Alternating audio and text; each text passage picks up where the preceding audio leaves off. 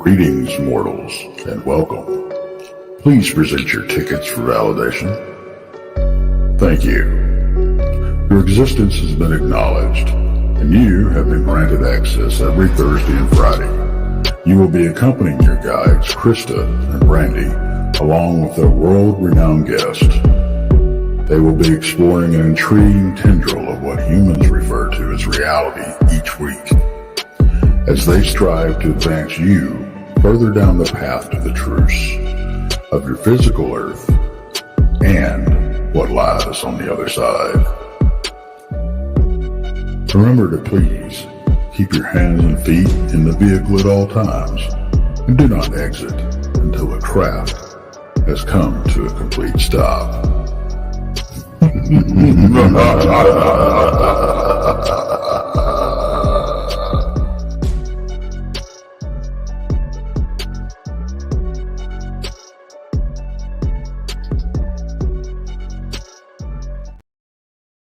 Hey, welcome everybody. It's me. Hey, it's Thursday evening, Blondes and Booze, of course. Krista is out of town this weekend, so I will be here holding down the fort. Yay. But guess what? I wouldn't do it alone. So if you want to bring it up, I have my special co-host, if they'll flick it up any time now. There he is. There they are. Hey. Oh, I thought you were going to add us yourself. Hello. I was waiting on her to say and Tex or and Rob, and then I was going to bring him up. Yeah. Yeah, you know. Come on, come See, on. and I was thinking the opposite. I'm like, show your faces and then I'll introduce. You know what I mean? It's just, but it's okay. It's okay. But I guess if you were to bring us up, though, Brandy, you would have to put your finger. We'd have seen your finger. I know. In the butt. Everybody right? be seeing this, like my hands right in the middle of the camera. So, and we got somebody else joining us. As soon as he gets his ducks in a row, or finishes his rat killing, whatever he's doing. That's Josh Turner. So very nice. Yeah. Josh will be here as soon as he can. He's got things to do. He's a busy man. He's a very busy Bigfoot, man. Texas, Michigan front porch. Bigfoot, Texas, Michigan front porch. Yeah. It's a new channel. With a Missouri twist. How about that? Yeah, there you go. With the Midwest tornadoes. Right. Yeah, I just want to let everybody know that I am under tornado watches right now. They're clocking 70-mile-per-hour winds. There is baseball-sized hail. So if I have to leave in a hurry, there's a good reason. I'll be taking cover. Well, don't stop the camera. Just take it with you. Yeah, just start running with it. Yeah. And I even got a candle lit just in case I lose power. That way, at least you can still see me, Brandy. See, we get all kinds of views. My hair will be blowing in the wind. And Yeah. Bigfoot Brandy. YouTuber dodges tornado. Oh, yeah. Now that'll go viral. And Brandy's gone frozen already. Oh, there she is. I know. This weather is crazy. It is just screwing everything up for me. That stinks about the weather. Like I was telling you guys backstage, in here where I live, and like right now we're having storms, and we usually lose power of the internet. At least last year, you guys, we had a record in the state of Michigan, including, and I was involved with this. And Tex, you well remember this. I lost power like 6 times during like a 3-month span. And wouldn't you know it, when I lost the power, it was always usually during one of my shows, or like if I was on with Tex or something. Remember Tex? Every time. And it was like, geez, me. Just because it rains, my cable company, when it rains, we lose power. Not just the cable, we lose power with Detroit Edison we got here. And I used to thought it was a conspiracy theories because we always blanked out during my shows, Yeah,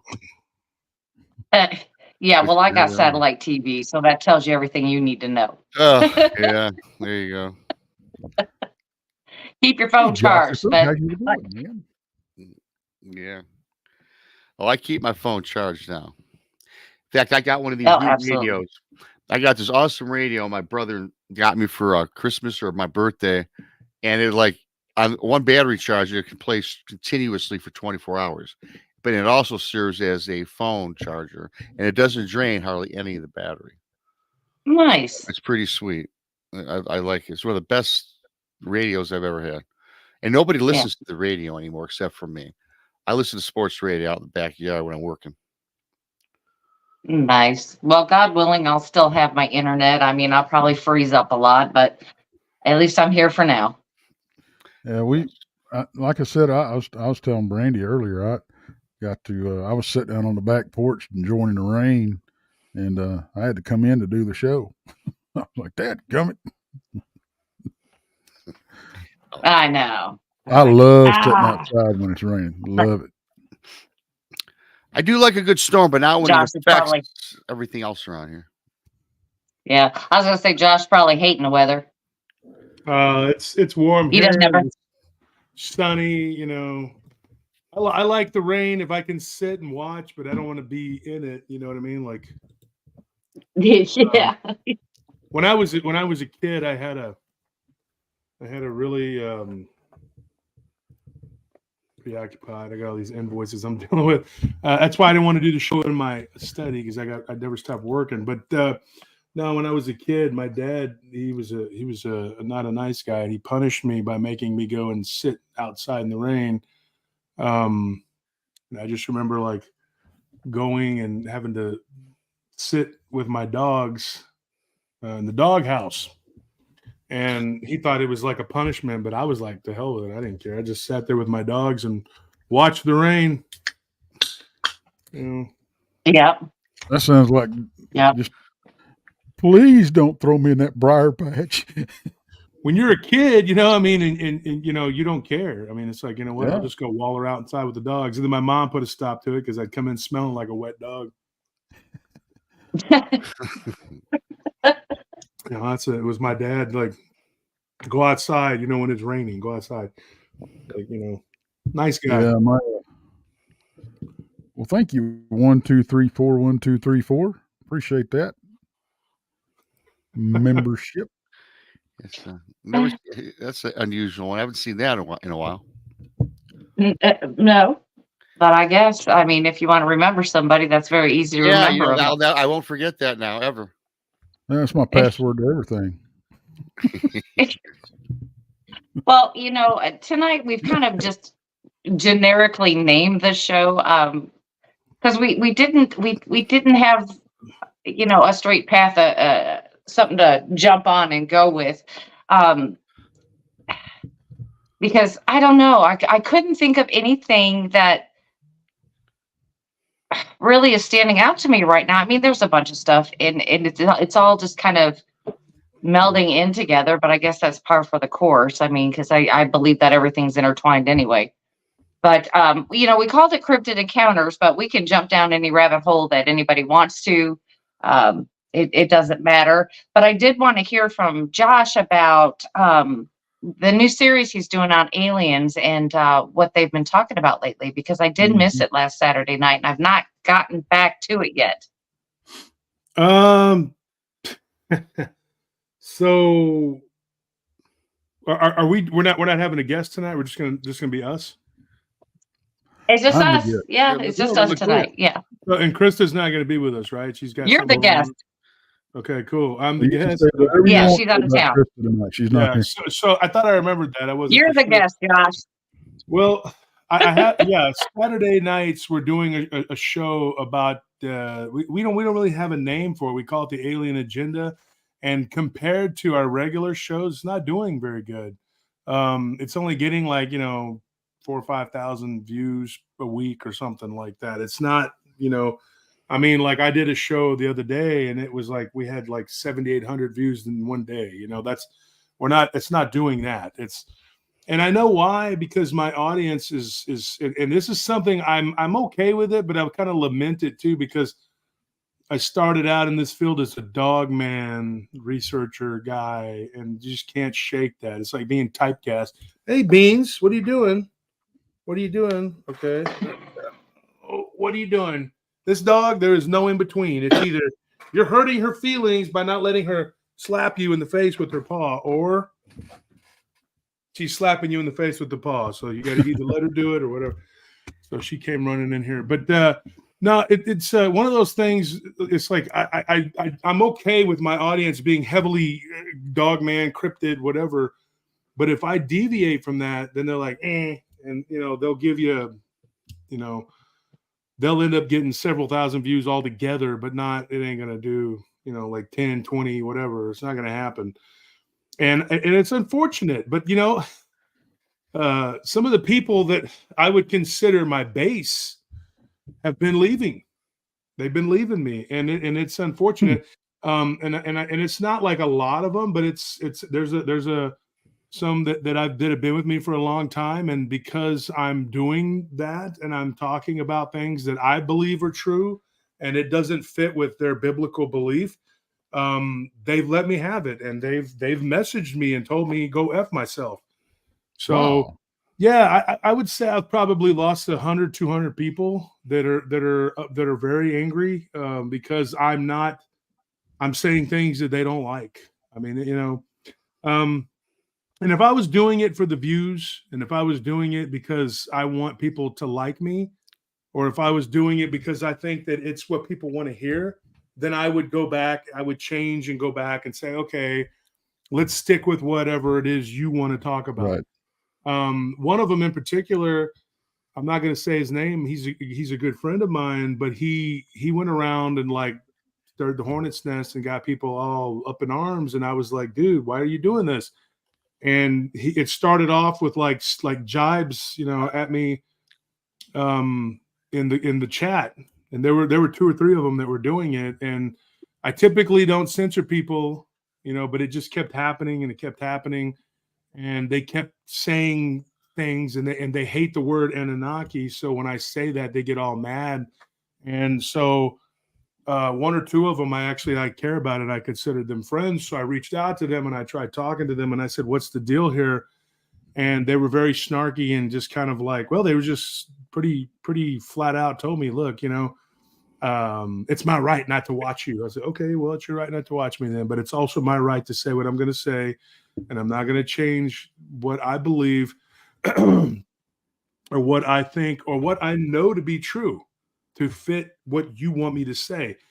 The problem is they think that I am disavowing God or Jesus, and that's not the case at all. What my quest when it comes to my beliefs is that I am trying to find the true God. I am trying to find the God that is the Father of Christ, the one true living God, because I want to know for my own sake, who I'm worshiping. I think it's very important to know who I'm serving, and that has to come from me, myself.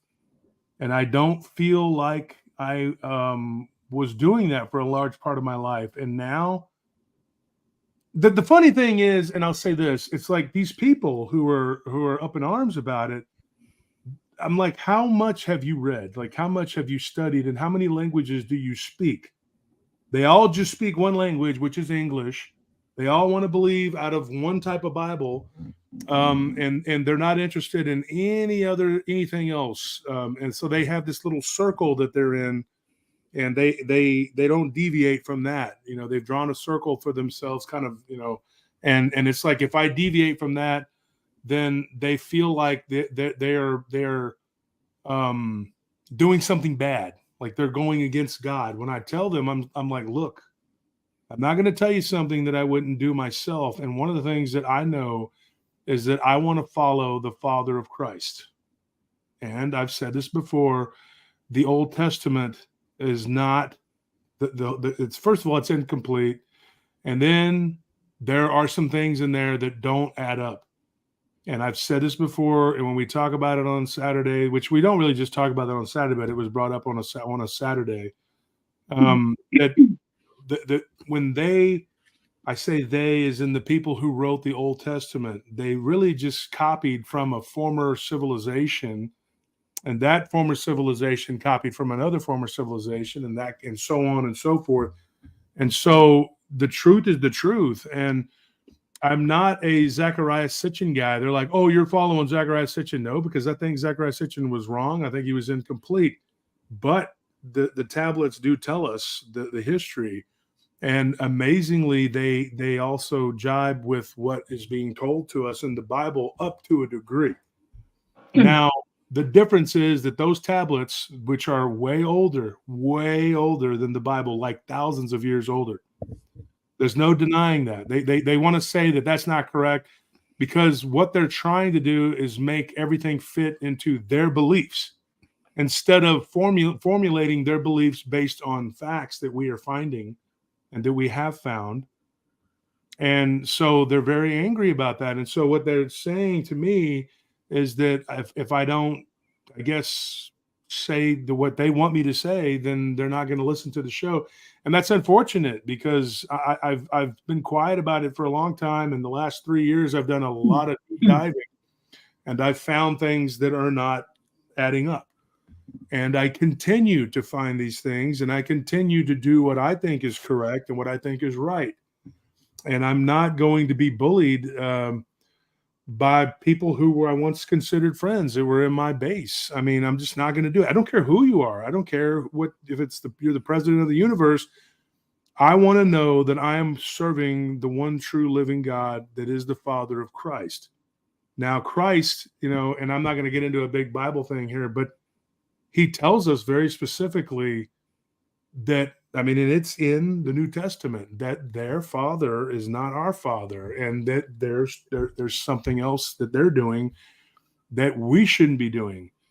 And that is my problem. The problem is that Christianity has hitched its wagon to the wrong horse. And I do believe that is the case, because Jesus spent a lot of his time arguing with these very people that we are now saying that their God is our God, when Jesus tells us that their God is not our God, that their God is Shaitan, and that's who they belong to. He's very clear about that in Revelations. And so, like I said, I'm not going to start quoting scriptures. You can look up Revelations 2:9, 3:9. You can know what I'm talking about. But there is this group of people in this community, and then they're in all the communities, that want to believe that everything, like there's one God throughout the Old Testament. But I say this: what civilization on earth had 7, 8 different names for the one God?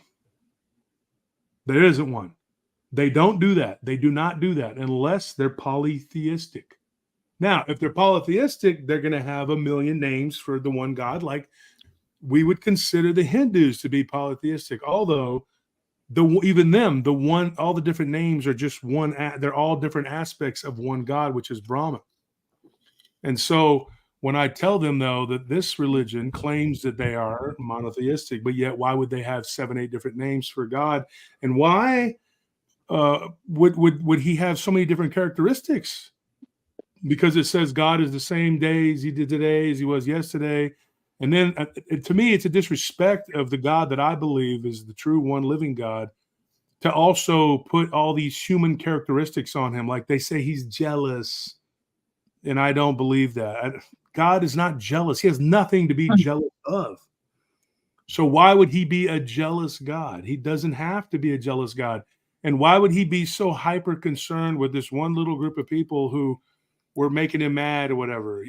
That doesn't make sense to me, because he is the father and creator of the entire universe, but yet he's only concerned with this one little group of people, and they keep on not doing what they're supposed to be doing. And he's just super concerned and worried about, and he's jealous and he's angry and and then he's demanding sacrifice. But then later on, it's like Jesus says, no, we don't need any of that. So then they come up with a theory that says, oh, well, Jesus was the sacrifice. When in reality, I don't really believe that was the case. I don't think that guy is the same guy that is Jesus's father, because Jesus says that. But they act like that didn't happen, and they try to do mental gymnastics to make the Old Testament fit into a square peg into a round hole. I don't care what the Catholics did it. The Council of Nicaea, they should not have done what they did. And then the Protestants went and just lockstep pretty much went along with it. What they should have done was unhitch their wagon to a lot of the books that shouldn't be in there. And there's a lot of books that should be in there that aren't in there, like Enoch. But I have a problem. So I have a problem with a lot of what the mainstream Christianity. Yeah, I'm not a Christian in that sense.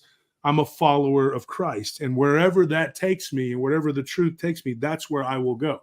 Right. I had somebody message I- me earlier. Go ahead.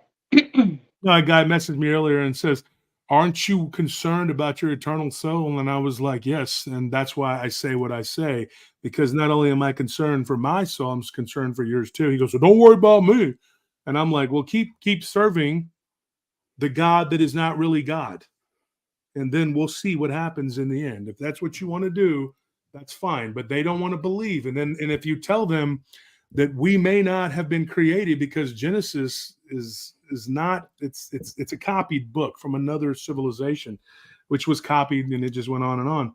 So when I tell people that, they lose their minds, because they're like, "Well, we were created in God's image." Yeah, so to speak, but God was not human.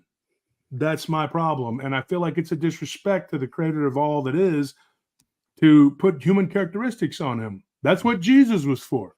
People totally forget that Jesus was the avatar. He was the one that came to show us the human side. God is not, he did not have to do that, because he's not like us. And one of the things I point to is, and I've studied NDEs very intently. I've done a lot of NDEs. There is a form that you take when you go beyond the purgatorial form, which I don't know what to call it. When you die, you still kind of look like human, but if you go into that next level, you're a ball of light. Any ghost researcher worth their salt will tell you that there are orbs, those are spirits, and that's what they look like. You're a ball of light, and when you're in that state, you can see in all directions, and you are a ball of light. That is your true form. We are beings of light. That is the form that, if you want to say, "Hey, we were created in God's image," that's what it would be, not this. So then they have a problem with that. And I tell them that it's very possible that someone copied us, and they said, "Well, that can't possibly be." It is very possible. It's very probable, because we know that we can create clones. And I've done a lot of research into clones, and I believe that clones are a very real thing. It's a very viable possibility that there are a lot of clones walking around this earth right now. Some of them were made by what you would consider to be aliens or demons, whatever you prefer. That's the same thing to me. But some of them were also made by us. We can take you, Brandy, or Tex, or Boomer, and we can turn you into a clone. We can clone you. Now, does that mean that I'm God because I did that? No, it doesn't. And I can say, "Well, let's create something in my image. So let's just make a bunch of people, and then we'll say that I'm God." That doesn't make me God. And it doesn't discount the fact that there is still a one true living God, and his son was Christ. It doesn't discount the Holy Spirit. And and so these people, they're so angry. And they have done so much belittling me as of late because of my belief. And some of them were my financial supporters and have told me that they're not going to support me anymore. And that's fine. I chalk it up to growing pains, because even though I've lost a couple hundred people in the last month or two, whatever, the numbers don't lie. We're approaching 33,000. So we continue to grow. We are now we've hit 1,700 every 28 days. So I think that those people are going to be left behind, and that's fine, because they choose to not only not listen, as they say, but they're attacking me. And I just had to deal with that this past week, which was people who I thought were my friends basically conspiring and saying that they were going to do this and that. And it was like, yeah, that's not cool.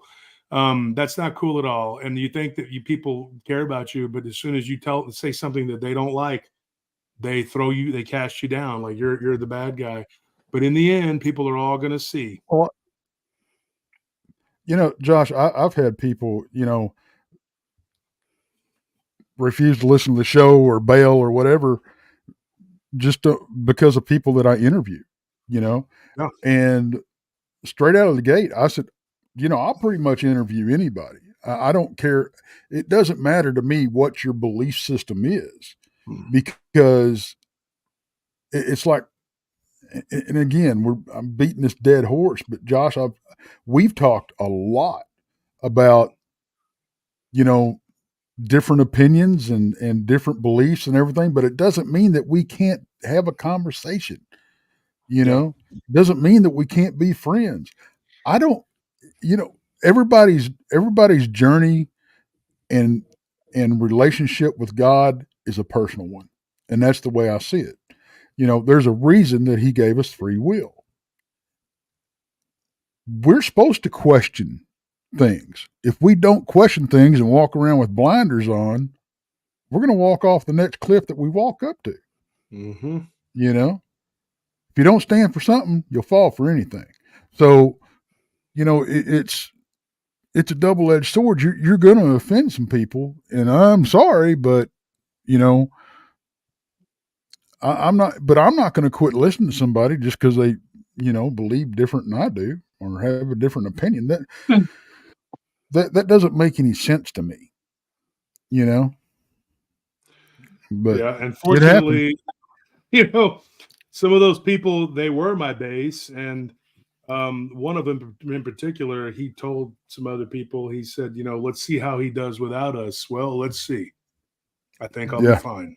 And if they feel like they were that important that I'm going to crumble and fall because they left, so be it. And, and they've cited all kinds of different reasons why, but when I got down to brass tacks, I actually got on the phone with 3 different ones. Like I said, I'm not going to mention names. And I asked the ringleader, I said, what is your, he's like, well, I just can't abide by what you're preaching. I said, first and foremost, you're assuming that I'm a preacher. I'm not a preacher. Okay. You want to preach, go to church. That's what it's for. That's what you're supposed to do, is go to church. You want to hear about what I'm talking about, come to me. And I'm not going to tell you the same spiel that your preacher's going to tell you. I'm trying to figure out how this is all connected. That's what I'm trying to do. The other side of the coin is that I'm also trying to unite these fields. And right. I seem to be making inroads. And I should say we are making inroads. Talking to Brother Barton yesterday. And Barton was like, this is a monumental task. He's like, I've been trying to bring the Crypted field together for a long time. And but I told him, I said, we just came through a very nasty war. And I think we kind of know now who's the pretenders and who's the contenders. And I told Barton, I said, there's a lot of people out there that are going to say this and they're going to say that and they're going to do whatever. But now we know who's who. And I told him, and I think that the coming future, what's coming in the future is going to be fine. I think we're going to be fine. I've had some people who were well known in the UFO community, be on the show on Saturdays, and eventually I'm going to keep doing it, and it's eventually going to catch on. I don't care. Friday, I still have lots of guests. There's no shortage of people who want to be interviewed by me, who want to come on the show and talk about Bigfoot. They want to talk about Dogman. They want to talk about ghosts. They want to talk about alien abduction. This is what I do. And so it's funny because I had a guy, this is the future looms large. I'll say this guy, he said he's a bigger name in the UFO community. And this is what he told me.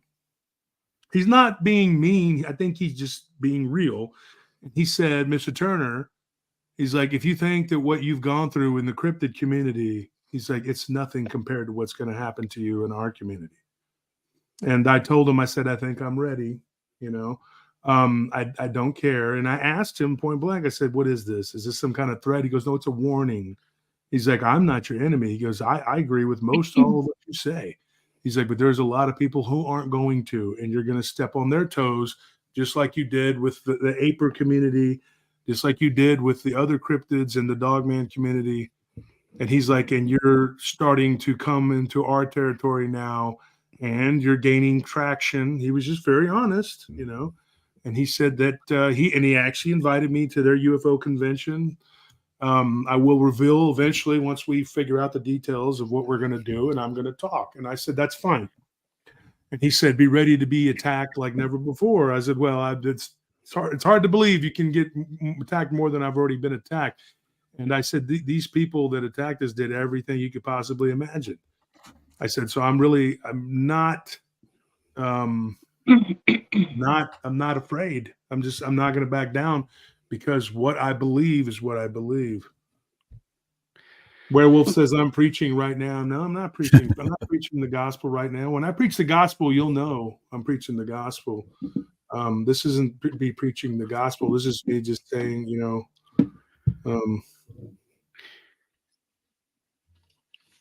may be on your soapbox, but you're not giving a sermon. Yeah, I'm not preaching. Right. Yeah. It's funny, John. It's not funny, really. It's Tex and I talked about this for like a year now. It's like we started our channel. I started mine a couple of years ago. The girls, Tex for a while, and I started out. My name of my channel got Bigfoot Mystery Rabbits because of my encounter, and I just threw something together, and it stuck, and nobody would let me change the name. But it's funny because now Boomer, it's the Boomer Show. Since I got that coined by Josh. But here's the thing: it's like, okay, cryptids, Dogman, okay, I love it. We get into that, but I also like to diversify our channels. Text the girls. Now the girls, Blondes and Booze, Paranormal. Then we hooked up with them, and now they're more rounded. They're talking about cryptids and these things. I talk now about paranormal, ghosts, UFOs, everything. Because to me, it's all related. It's all connected. And it's funny that you can skew your audience just by the name of your title of your show. Today, I thought I had a tremendous show. I don't know what the numbers are. I had Dennis Caroline. We talked about the integration of artificial intelligence into humans. I thought that, and we did a show on that today on some of these monoliths that have been popping all around the world.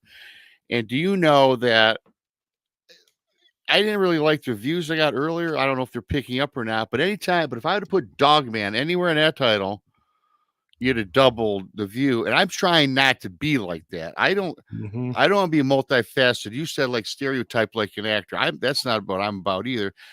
I thought when I first started, it's just about Bigfoot. But as I've gotten more experience, had all these interviews, talked to people, got newer friends since 2018, there's more to it than just having that Bigfoot encounter or that Dogman encounter. To me, it's all under one umbrella. So the purpose, I think, of all the shows that we all have out here is to encapsulate all of these things into one. So you should like my show, whether I talk about Dogman or UFOs. You should like the Blondes and Blues, if they're talking about ghost hunting or, the cryptids, and Josh, what you provide on a daily basis. And of course, with text. So I think people got to stick with some things. And of course, too, Josh, you got to remember, with over 30,000 subscribers, you're going to get, it sucks about your base. I get that. But, the bigger you get, like Tex was always telling me, the bigger you get, more oddballs are going to come out of the woodwork, and they're just going to say something because they just don't like you. And it might have been the first time they met you on your show. Yeah. One of the things, Boomer, I was talking the other day about Alexander the Great, and it was kind of funny because right after that, this whole thing popped off, and Anthony, who's pretty scholarly young man, and I had him read, about, Thermopylae, and he wanted to learn history like I know history.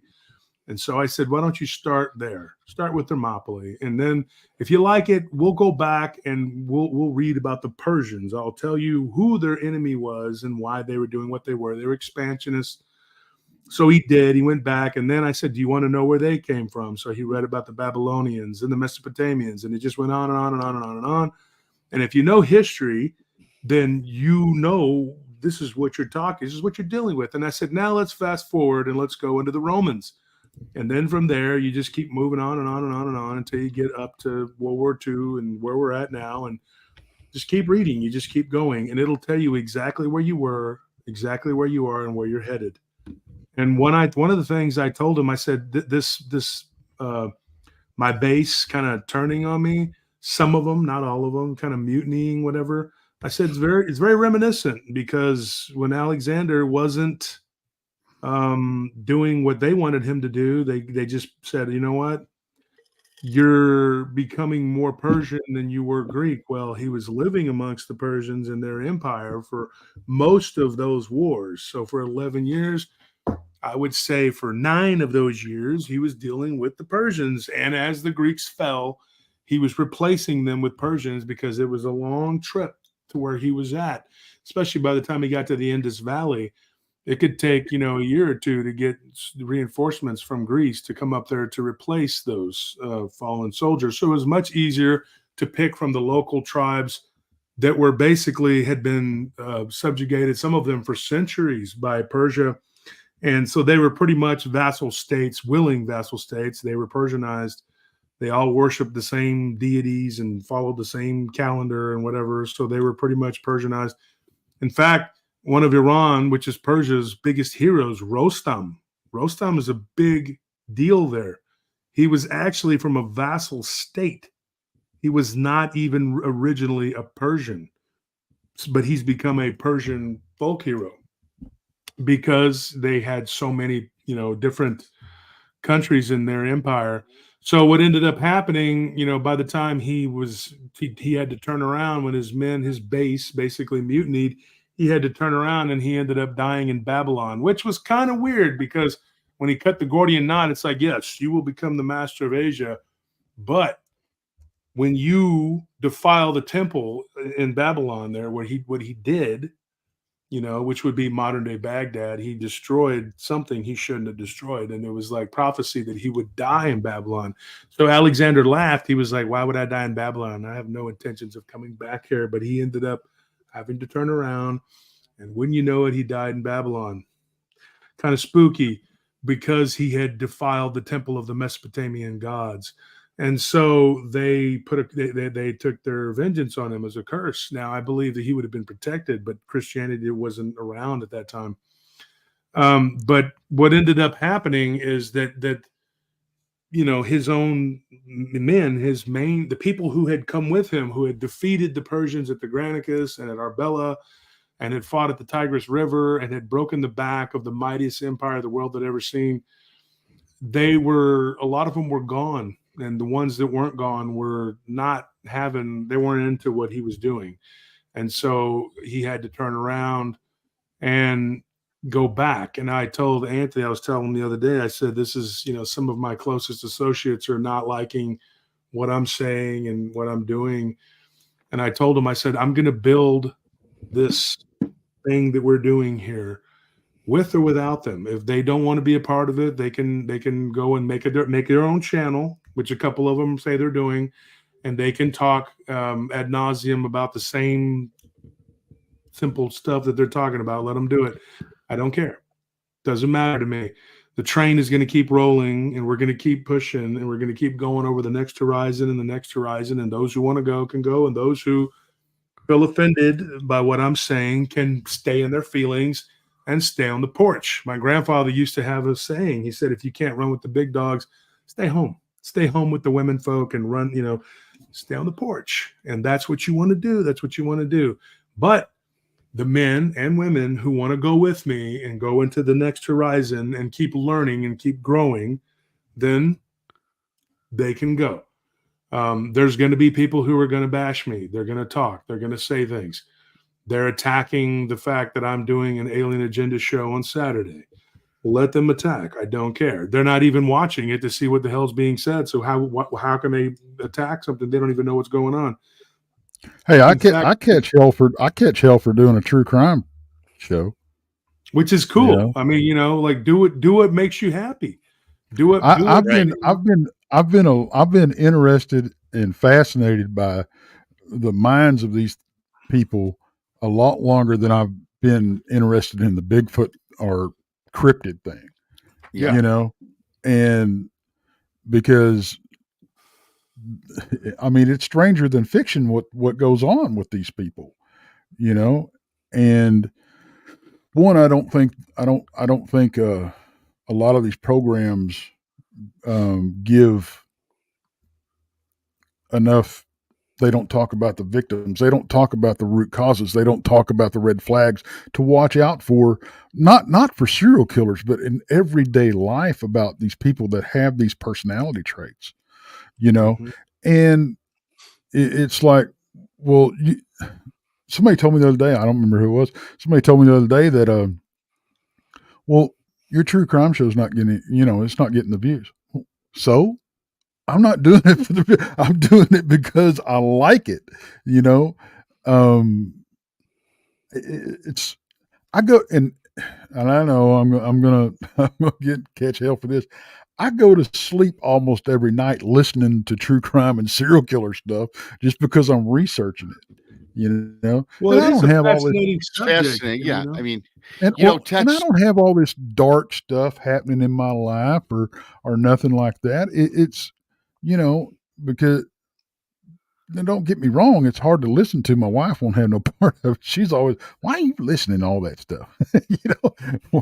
But to me, I'd rather watch true crime than I would fictional crime any day of the week because it's real, Well, and it's stuff that we actually have to deal with. And what a lot of people don't understand is not every psychopath and narcissist becomes a serial killer. You have to deal with these people. All of a sudden become politicians. Yeah.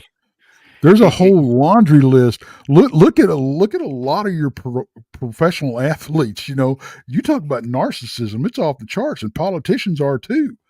And there's a reason we call lawyers sharks. People, I'm just saying. Tex. Your corporate headhunters. Oh my gosh, Mhm. your upper management. A lot of them have psychopathic tendencies, and what people don't understand is there's levels to it. You don't have to be a serial killer to be a psychopath. You don't. Mm-hmm. You just have to, not give a rat's butt about anybody. But yeah, you know what I find too, Tex, is this. That's a good point you bring up because I'm into true crime. I like the true crime documentaries, but I got a question for anybody listening. I bet when you were growing up, most of us did not run and start reading up on Bigfoot. First of all, when I was born and when I was 7 or 8 years old, there was no Bigfoot books out there. But you know what I came across where I live? It was serial killers. My first serial killer was y'all got a lot in the Oakland County child killer who Yeah. lived not too far from me, from my county, and murdered all these young children. It's still an unsolved mystery right by me. And I had thought that at one time I had an encounter with this guy because he fit the description, the vehicle used to kidnap these kids. They arrested several people, of which were never proven. One guy was sent to prison falsely over all this. So I've always been fascinated with that. The true crime, not the fictional, Dick Tracy, whatever, Right. make believe stuff. I'm not into really make believe or fictional books, anyways. So yeah, we're all brought up on that growing up, and see, there's something that you're interested in, not because you have a sick mind, is because for me, it was about why these people do what they do and how do we catch them? You know what I mean? When I was a kid growing up, then of course Patterson Gimlin came along, and then I was interested in Bigfoot and in search of, and so all these shows started out when we were kids. They were all evolved around true crime type topics. 60 Minutes, there's always something that was pleasant on that show. So, well, what I found out that what's interesting and is most people think that the serial killer phenomenon and everything like that is a 20th century, 21st century thing. It's not. no. A lot of people think that, oh, well, why are people now interested in all this dark, stuff? It's not just now. Back in the 1800s, 1700s, when all we had was print, one of the most popular things out there was gore. Accidents. Look at Agatha Christie. Her favorite thing to read was about accidents, and she politely put it where gentlemen get their heads ripped off. I mean, but the most popular magazines and newspapers out there were about were about accidents and killers. So it's not a new thing. It's always been a fascination of people. We're just like that because these people do not think like we do. They're wired differently. Okay. And as they go along the path of life, something, either triggers them or doesn't. And they'll either go left or right, down that where that you have that fork in the road of life, and some of them become killers. The most prolific serial killer in all of history, was Elizabeth Bathory. She killed over 600 women, in Hungary. She was a Hungarian noblewoman, and she was also related to Count Dracula. Yes. They were cousins. There was somebody the other day that was saying all serial killers or they fit this certain profile, and they said that they were trying to say that they were trying to say Andre Chikatilo. It was in a group that I was in, and they started talking about it, and I said Andre Chikatilo, very strange because he didn't have just one type. Typically, serial killers have a certain type. Chikatilo type. He killed women. He killed boys and girls, which was very odd. It was not. He just would just kill. It was just like he was just killing. John Wayne Gacy. He killed teenage boys in particular. That was his thing. Ted Bundy. He killed young girls. Well, teenagers up to college age women. And a funny thing is, somebody tried to take a snipe at. They were like, "Oh well." Just remember, Ted Bundy was a Republican. I said, and John Wayne Gacy was a Democrat. In fact, he had pictures with Rosalind Carter. He was a huge booster. I said, they're on both sides. It doesn't matter. Yeah, it doesn't matter. Then they said that it's not an American phenomenon either. It's not, because Chikatilo was Russian. He was a card-carrying member of the Communist Party, which the reason he was able to get away with it for so long is because under communism, whether it was Stalin or Khrushchev, there was no murder in paradise. Nobody was killing anybody because they had to put up this image that everything was perfect. And so if any of these other countries that they were associated with behind the Iron Curtain found out that there was a serial killer there, because some of them had a little more leeway to the West. And so they had to put on a front that nothing bad happened in the Soviet Union. So when they were finding these dead children, well, guess what? There's a movie with Tom Hardy. I think it's called Child 42 or Child something, the number. But it's based on Andre Chikatilo, but it's loosely based on him. And it's not something new. It's just something that we in the 20th and 21st century have been able to document better. Here's what I say about psychopaths and sociopaths. I had someone who asked me recently, she's very Christian and she's a listener of the show. And I told her, she said that she believes that her sister is a sociopath. And I say, why is that? She's, when we were children, she killed 3 of our pets. And she believes that this woman managed to kill and get away with, doing something to her ex-husband. And she says, I believe she got away with it. And I think she's done it before and she's going to do it again. And so she's like, I continue to pray for her. Now, I said something, just kind of blurting it out. I probably shouldn't have. It wasn't, and I said, you're wasting your time. And she was like, what was that? And I never should have said this to this person, but I just blurted it out. So I said, look, I'm going to tell you something, and you're probably not going to agree with it, because a lot of Christians, and I've talked to Muslims about it too, they don't believe this. They don't believe it. But there are people, I promise you, this is the absolute truth. I'm telling you the truth. They are born beyond redemption.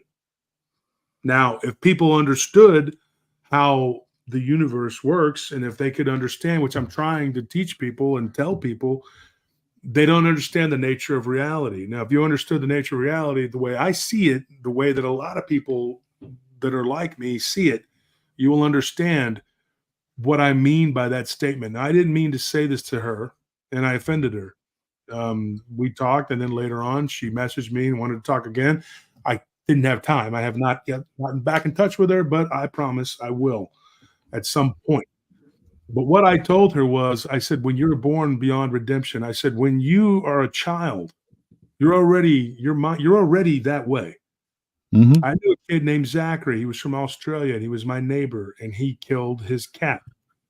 I didn't see him do it, but some of the neighborhood kids said that he did it, and I could tell by the way that this kid was, because one day when he was supposed to be staying the night at my house because his parents went out of town to Wichita Falls, my mom was like, well, he can stay at our house, and I was like, that kid, no. He tried to throw my border collie puppy down a well. He opened the stone, and luckily I was a little bigger and stronger enough to stop him. I mean, I couldn't beat him up because I was a little scrawny, skinny kid myself, but I was able to stop him and scream and yell enough to where my mom came out. My mom, basically at that point, she realized what kind of person he was. He eventually grew up, and I didn't hear about him or anything until my friend Mickey, that grew up with me over there in West Texas. He said, "Oh, we were talking one day about this gargoyle encounter that him and his girlfriend and his friend had that I've told on my show." And we were talking about people and where they are now, what they were doing, and this kid, of course, he ended up in prison. He ended up in prison because he went out with some girl.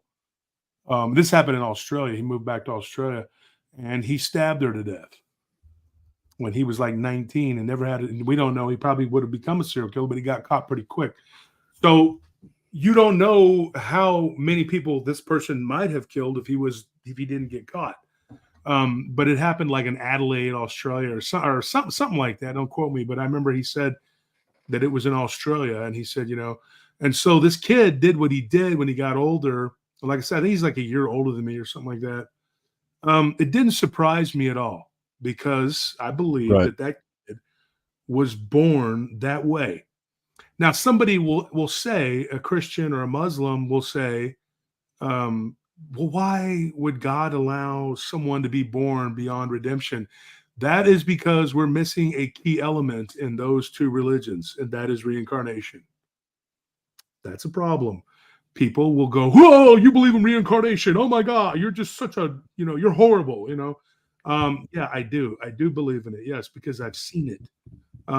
That is something that until we in the West are willing to wrap our minds around and accept as a very real possibility, in fact, a probability, then we're going to continue to chase our tails and not understand. Because I believe that it is something when Jesus says that we must be born again, I do believe he means in the flesh too. And there were books that dealt with that were taken out by the Catholic Church and the Council of Nicaea. And that is a problem because they took things out, because one of the problems was, if you are the church and people are saying, hey, like, it's not such a 100% that if we do bad, we're going to go to hell. We may not go to heaven, but guess what? We might just have to do it again, which ain't so bad. So why listen to the church? Why listen to the preachers, and why give them money? We don't have to give them money because, what's the problem here? We're just going to be to come back and do it again.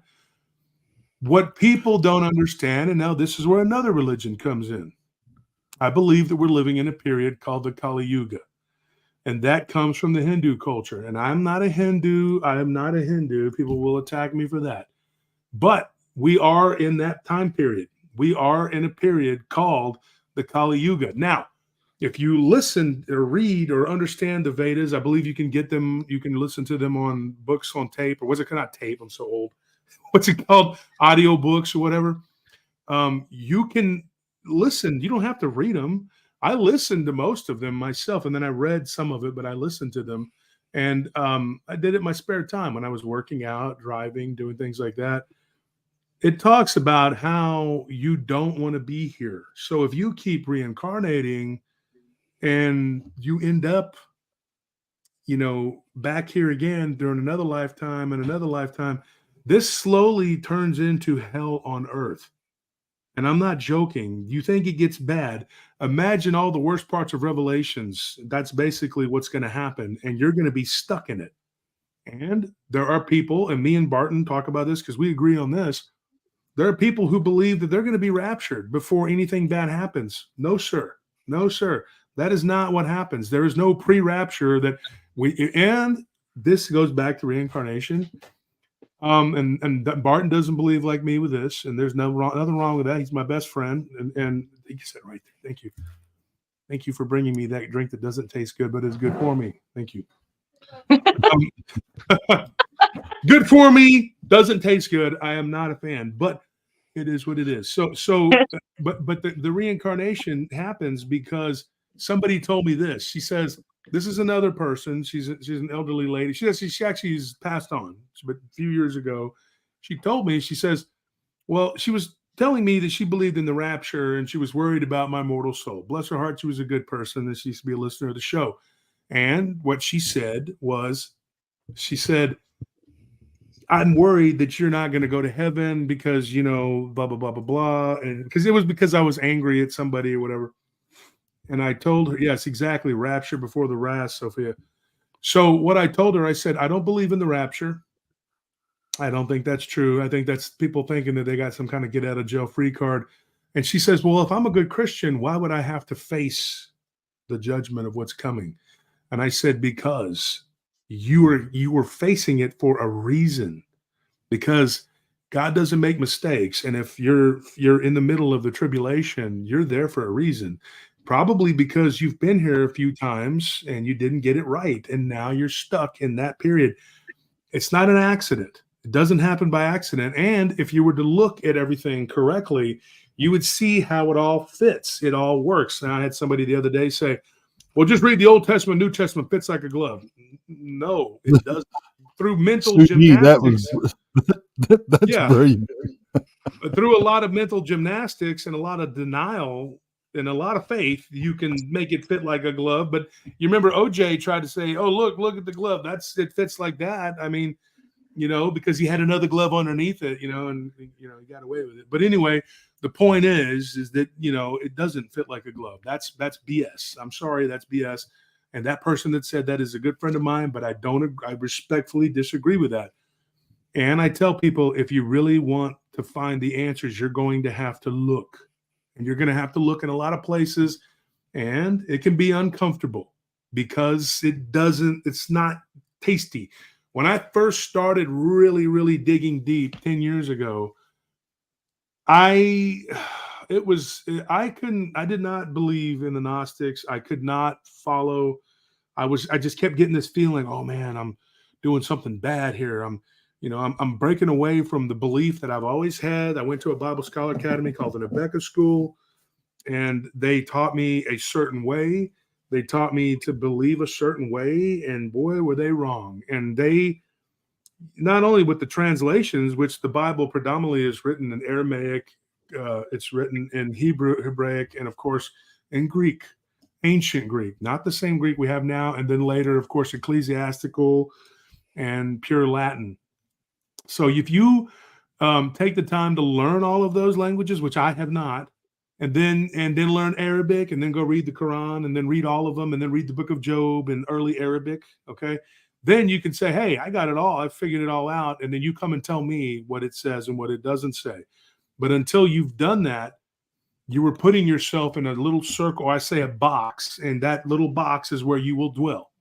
And you will not understand or not know. Now, I do agree with something that somebody told me the other day, that what we need is found in the Gospels. I do agree with that. That is correct. But when they try to translate that and push down into the Old Testament and say, oh, it's all right there, it all fits perfectly. No, it does not. So that is the take on that. And I'm going to wrap it up with a bow here. When it comes to serial killers and being a narcissist and being beyond redemption, yes, I do believe that people will come back and be beyond redemption. I do believe that. And there is no point. When that person is that way, you can pray all day long, but there is nothing going to happen to them. There is nothing that's going to change them. And they will not see the kingdom of heaven no matter what you want, no matter how much you wish, no matter how much you hope, or no matter how much you pray. Because the face of God, in my opinion, is turned away from them. And it is your job to also turn away from them and denounce them. You know, because there are people who will absolutely not change no matter what happens, no matter what is done. They will not see the kingdom of heaven. And I told this woman that, and she didn't like what I said. But then later on, she did say, she came back to me and she said, you know, I prayed for my sister and something told me that it was, you know, not to do it. It was done. There's no redemption there. She's like, I never would have believed that was true.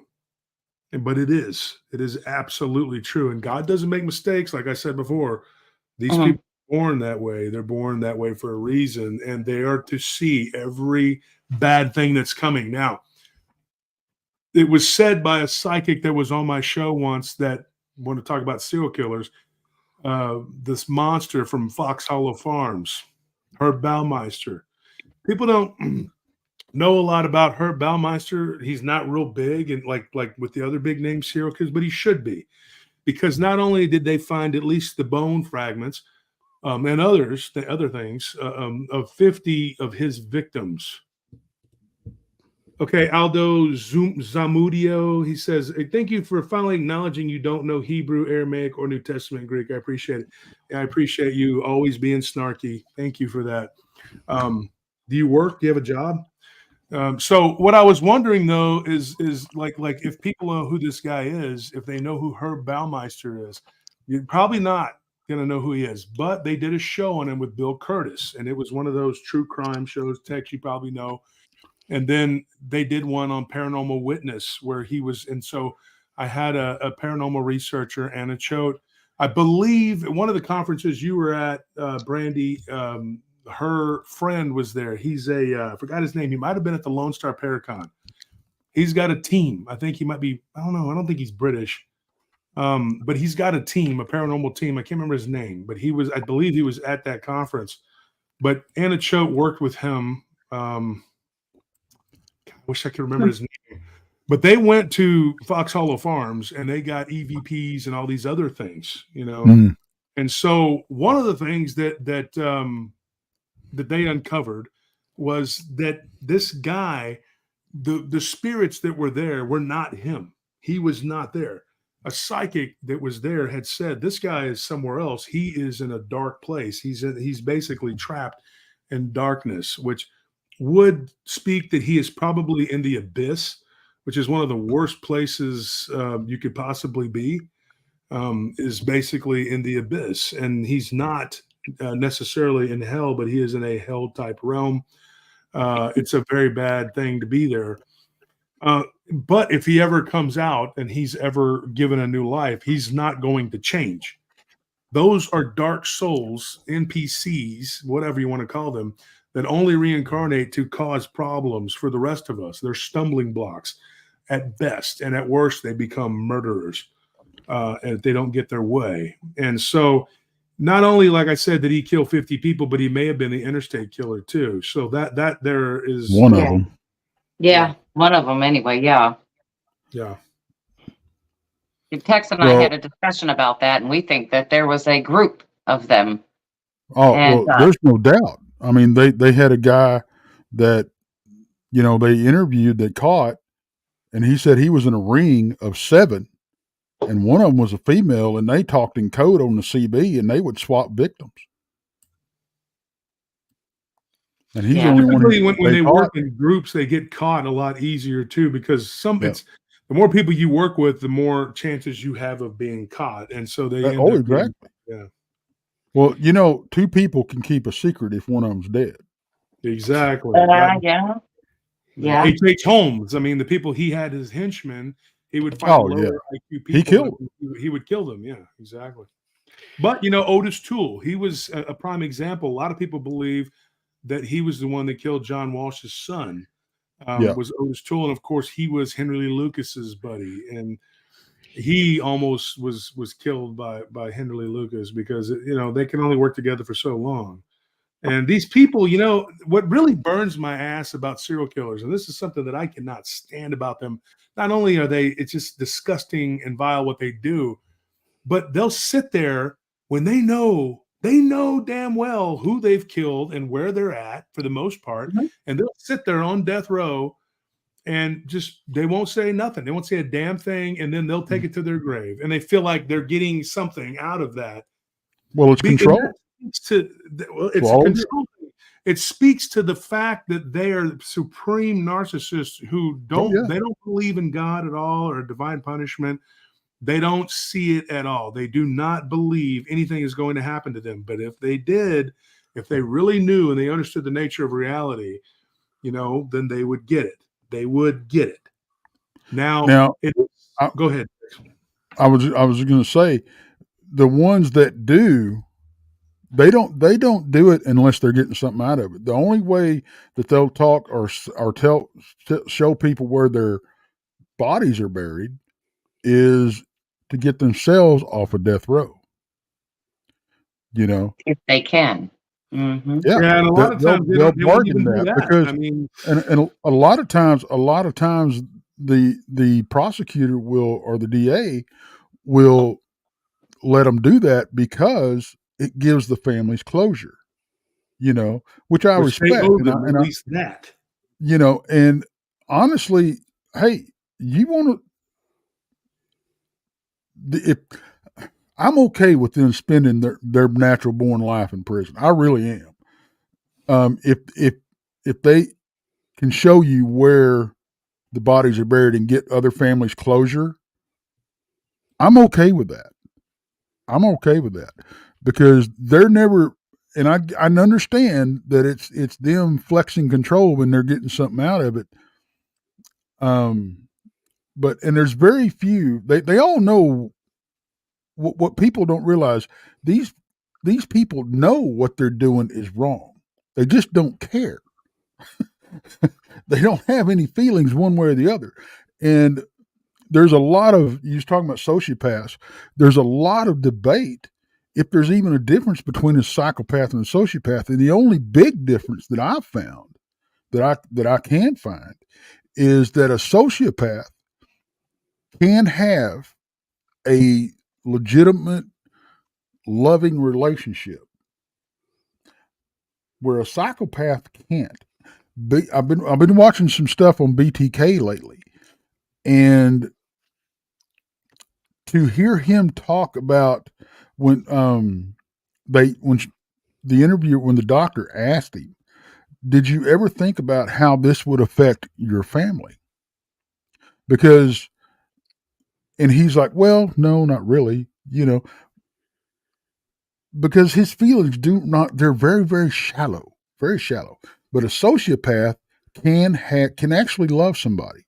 Now, a psychopath, it depends on what you want to call love. You know, take oh crap, the Green River Killer, Ridgway. Yeah, Gary Ridgway. Yeah, He was stopped operating at the same time that Ted Bundy was. Oh yeah, well, it was The same him, area. Ted. Yeah, it was him, Ted Bundy, Gacy. No, there was like 4 or 5 of them all active at the same time. Of course, Well, him they and were in the same area though. It was yeah, highly Ridgway. unusual. Yeah, Ridgway and him at one point. Yeah, they were in the because of where same area. Bundy was. Yeah, But Ridgway stopped killing because he met his 3rd wife and was able to. It satisfied him for a little bit. He didn't want to ruin that, but the urge overcame him. You know, this is the same guy that when he was in, I think, how old was he? He was like 13 or 14 or something like that, stabbed a 6-year-old kid just because he wanted to see what it was like to see somebody die. The kid didn't die, but he never got popped for it either because the kid couldn't identify who it was. But, you know, when we talk about pets and everything, my neighbor, and I've got the pictures, and we showed them one time, and it was, I mean, they're graphic, but somebody threw dismembered kittens over his fence that were his. And his wife got to doing some research, and there were 42 identical incidents in Tarrant County. That is a budding psychopath. You know, a budding serial killer, if you ask me. That's somebody wanting to take the next step. They just haven't graduated yet. yeah. But yeah, it's the whole debate between sociopaths and psychopaths is ongoing and very heated in certain circles. No, JD Smooth just made a comment. He says the problem with that text is these morons let them out of prison. They don't keep them locked up. That's, you know. Well, in some cases, especially like in Brazil, their life sentence is like 27 years. You know, they had a serial killer that was supposed to get out in October, I believe, and he died right before he got out of prison, luckily. But, and he had racked up, God, what was it? 40-something victims or something like that. But there's these places that, a life sentence doesn't mean life, Even over here, we have to give, you have to give life plus a day or something. Because life, you could actually, if you get life, if you get life without parole, that's something. But if you give just life, you're up for parole within 35 years. Yeah. Or less, depending on what state you're in. Or what and country depending you're on in. your behavior and all that kind of stuff, and the parole board. Because, I mean, what was his name? He was out of, was it Baytown, Texas. They had him in jail 3 or 4 times. Ridgeway too. Look at Gary, John Wayne Gacy. He got popped for sodomizing, young kids, and he got out, and then killed, 39 people, 39 kids, boys. Too, Tex, about a lot of these serial killers. You remember I wrote that story, I did that research, which we got to do on the Long Island serial killer. A risk, yeah. 20 years, not been caught. I guess he was caught 6 months ago. And this guy, eventually the man got caught. He was blaming his woes on society, and on particularly a certain group of people. This guy was a transient. First of all, the main suspects was like the sheriff or somebody in the police department was a suspect, a politician, and a doctor, all in Long Island. And this guy was a transient, yet he was very familiar with Long Island. Okay. And he knew these guys somehow, some way throughout his life growing up, whether he researched them, he followed them, whatever his case was. And he was like dropping leads here and there to the department on all these 3 different people.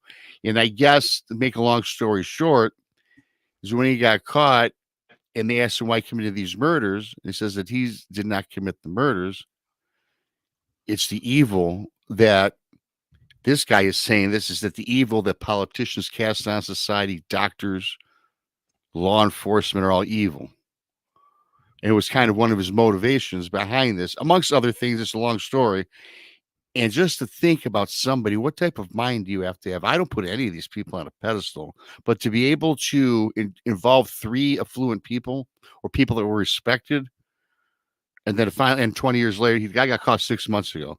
So Tex, you got to do the follow. We got to do that show when you get time, when our schedules come together. Let's set it up. I'll talk to you tomorrow. We'll set it up. Well, they're saying that in the United States right now that there could be thousands of active serial killers at this time. They're here in Austin. Yeah. There's 2 of them here in Austin. The lady. Well, and that's what Justin, just an NPC, and I love that name, was talking about the killer of Lady Bird Lake, and we actually did a show on that. The Rainy Street Killer too. We don't know if that's one and the same, but I think that it's a group, and they've been killing since 2008. Pretty sure, anyway. I can tell you this.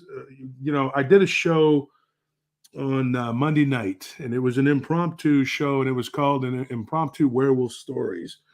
And I had interviewed a guy who claimed that he was a werewolf, and his name was Gerald, but I was calling him Gerald because I didn't know that Gerald is actually his middle name, but the whole time I was calling him Gerald, I didn't know. And so I found out some information about him. I found out that the guy Joel, who supposedly was a vampire, and it sounds like this isn't some Hollywood goofy stuff that these people were telling me. It was part of a demonic cult. Mm-hmm. And what happened with Joel, it turns out he was that guy's aunt's boyfriend.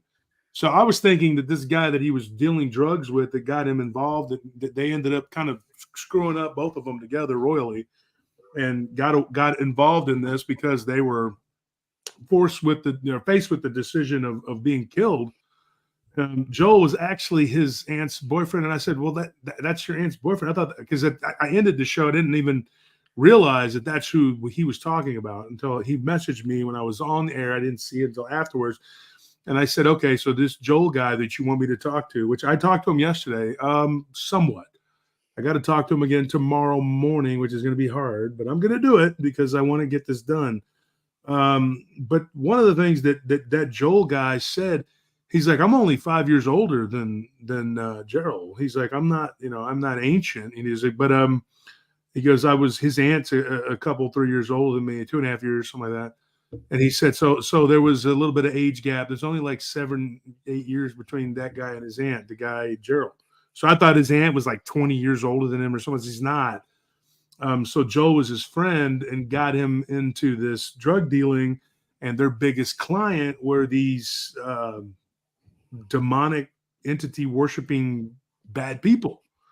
And they were very much killing people. I can tell you that 100%. When he started to try to tell me about some of it, I was just like, that's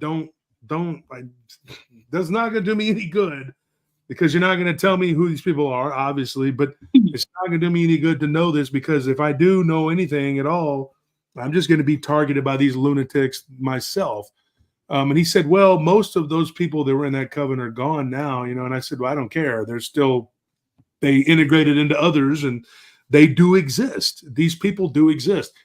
Now, one of the things that I thought Boomer was going to touch on, but it kind of went another direction, was that this guy was I thought you were going to say this guy was saying that something else would take over and do the killing. That's what happens with these vampire and werewolf people. They have this, I don't know how much you guys listen to that, at least the first hour and a half of the show on Monday, because it went for 5 hours, because I ended up having Christopher Garetano on, and Paul Sinclair saw that I was up, so he jumped on and was talking about Wolflands and all this stuff. So we ended up talking about all kinds of stuff. But it was crazy because I did a Q&A afterwards, and I answered a lot of questions as best as I could. I know a lot more now that I can go back and answer a lot more questions, and now I know more about the vampire aspect of it, but not completely. So tomorrow, he told me, Joel said, hey, be prepared, because I'm going to be talking to you, and it may take 2 or 3 hours. And I'm thinking, damn. I said, with Gerald, it took 4. He said, well, it's going to take at least 2 or 3 hours, and we've already done 2. He goes, but if you want to know what it's like and what I went through, he goes, I went up higher than Gerald did. Gerald kind of stayed as like more of a sergeant at arms, foot soldier type guy. He goes, I became kind of like an officer. And so he goes, if you want to put it in military terms, and he said, it was a very bleak life. It's not good. It's not fun. You can get what you want in this physical world, but there is a penalty, and we all know. And so what he was telling me, though, is what Gerald said was spot on. You accept this demonic entity that attaches itself to you with this thing they call a stinger, which goes into the lower part of your like almost right above your tailbone. And he said it hurts like hell when this thing attaches, and it becomes sort of like a symbiotic relationship between you and this demon, and you have to accept this thing, whatever it is, and that thing kind of calls the shots on the bad stuff that you do. Now, one of the things they said, and I'll divulge it right now, or reiterate, I guess, because I did say some of it on my show. He said that you can bribe this thing with drugs, sex, and alcohol, which is really weird. He's like, because there's a hive mind attached to it. He goes, but if you give it these treats, I guess, it will allow you, it'll kind of tune out from the hive and allow you some freedom from their prying eyes. But these things can also get in trouble just like you can, and they can be punished. Yeah, that's very real. And so he said that it was like at least 2 people that were involved in this cult. He would label them by the definition as serial killers, and they enjoyed what they did. And he goes, and it wasn't just the demon that was moving through them. He said, these people. And so when I asked Joel this question, which I talked to him yesterday, I said, Joel, do you believe like I believe? And I told him what I just told the audience now about being born beyond redemption. He said, absolutely.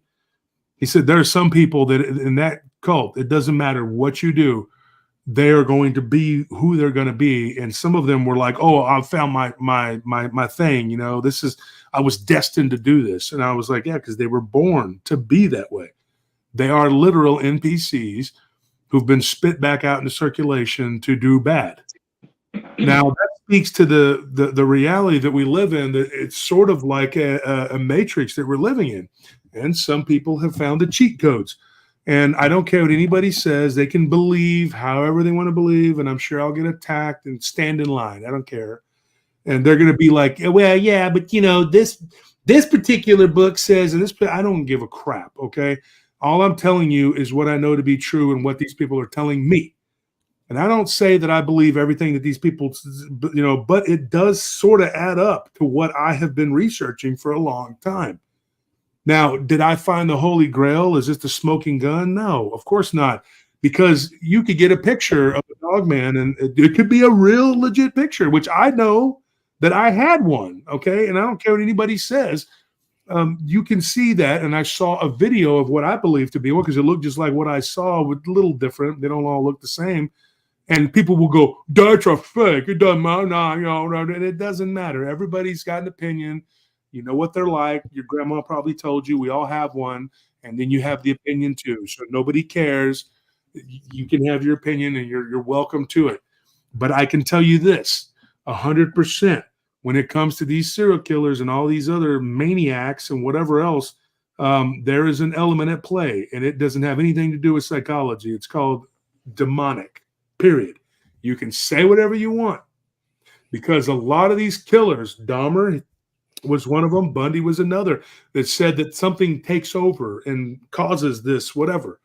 Some people would call that the evil spirits of the earth, which we know as the Nephilim, which comes from the book of Enoch, which in my opinion should never have been taken out of the Bible, but it is, which is another reason why I don't believe that it's complete or it's absolutely true, because they did so much tampering with it.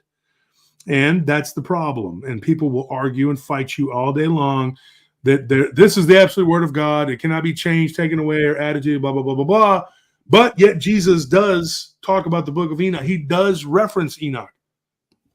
So how is it that that's not in the Bible? But yet the Bible is the absolute word of God, but Enoch isn't there. Another thing that's interesting too is if you look into the Song of Solomon, the Key of Solomon, and the Lesser Key of Solomon, those particular books, they are not in the Bible either, but they do provide a lot of information about these beings and what they do. In particular, the one that started all of this mess when Solomon got the ring, to control him. His name was Ornius. Now, Ornius was an Egyptian vampiric demonic entity. It describes him as a blood-drinking demon. In the Hadith, of course, it talks about him. In the Muslim tradition, or not even Muslim, it's Arabic. It predates Muslim, but they talk about Suleiman, that's Solomon, which was the son of David. And it says that he had control with a ring because a vampire tried to kill his manservant's son by drinking the blood from his foot. So he was like, I'm not going to let this happen. This demon's going to be dealt with. And what ended up happening because of that demon's activities, he was able to control all of the demons, or jinn, or whatever. It mirrors what the Hebrews say, the same thing. It's the same thing. The Ethiopians, or Ethiopians as they are called, their Bible has all the books in there, and most of them anyway. And it says in there, same thing, Lesser Key of Solomon, and they talk about this being, Ornius, being a vampire. And it goes on to say that they can inhabit human bodies. It's right there. If people would stop fighting me about the Bible and whatever, which they don't really know, they just think they do. And the guy that was talking about, oh, you know Hebrew, I know more than you do, dude. I can tell you that. I promise you, this is what it says. Go read it. But they're not going to do that because that'll take them outside of their comfort zone, and you're not going to learn why the hell these people are doing what they do. I know why they're doing what they do. I know. And I can spot one a mile away, not a vampire or a werewolf, but what these people are. When I deal with one, even at a cash register, and if they touch me in any shape or form at all, I know exactly who they are and what they are. I can tell you that. It's a discernment that is given to you once you learn about the nature of reality. And if you're able to come out of your body, which we all do, it's all about remembering it. It's not a dream. You think of it as a dream, but it's not. You're leaving your body. And whenever you have a dream where you're falling and you're plummeting to earth or whatever the case may be, it's not really falling. You're actually just you're falling back into your body. So when you're out of your body, you can learn a lot. And if you're able to keep your consciousness, you can actually go into the next density, which is something I've done. Not a lot. I'm not going to lie and say I've done it a whole bunch of times, because I haven't. But I've achieved it a handful of times. And it was totally by accident. I think only once, maybe, when I really tried, it actually happened. But for the most part, it just happens. But also, some people will tell you when you do that, you're very close to death. So I don't know how many times I've been that close to death, but it's not something to brag about. But like, yeah, you can, like one time in particular, I saw what I was because I passed by a mirror and I was like, look at that ball of light. And I'm like, that's me, because I could move around and do whatever. And I realized that was my natural state. And you'll hear voices that will try to talk to you. And one of the voices I heard at one point in time, with the risk of sounding like a lunatic, told me to go back to my body. And when I went back into my room, there was this dark, I don't want to say it wasn't like a shadow man, or it was just like a black ball shadow thing. It wasn't anything like, like a werewolf looking thing. It wasn't nothing spectacular, but it was something dark that was on the side of my bed that I don't know if that was trying to get into my body or doing something or trying to cut me off from whatever. But then I immediately sort of came back into this avatar-like state and then fell into my body. And of course I woke up like, oh, I'm whatever. And then something was knocked off of my dresser. So it made me kind of come to the conclusion that whatever that was there. And it knocked whatever that was. It was like a statue thing I had off of my dresser. And it was literally like a month before. I'll always remember that, because it was like a month before my wife, who's now my wife, came to visit. And then I couldn't get rid of her. She never would leave. I was like, I tried. But anyway, it was like, I'm joking, Nelly, I love you, even though you make me drink these nasty drinks. No, but this is what I'm telling you, like when I talk about the nature of reality and I tell people this, and then they want to talk about different languages and this and that and whatever, there is a state of being that you can enter into where there is no language. You just know. It's called the knowing. And you need to like look into that too.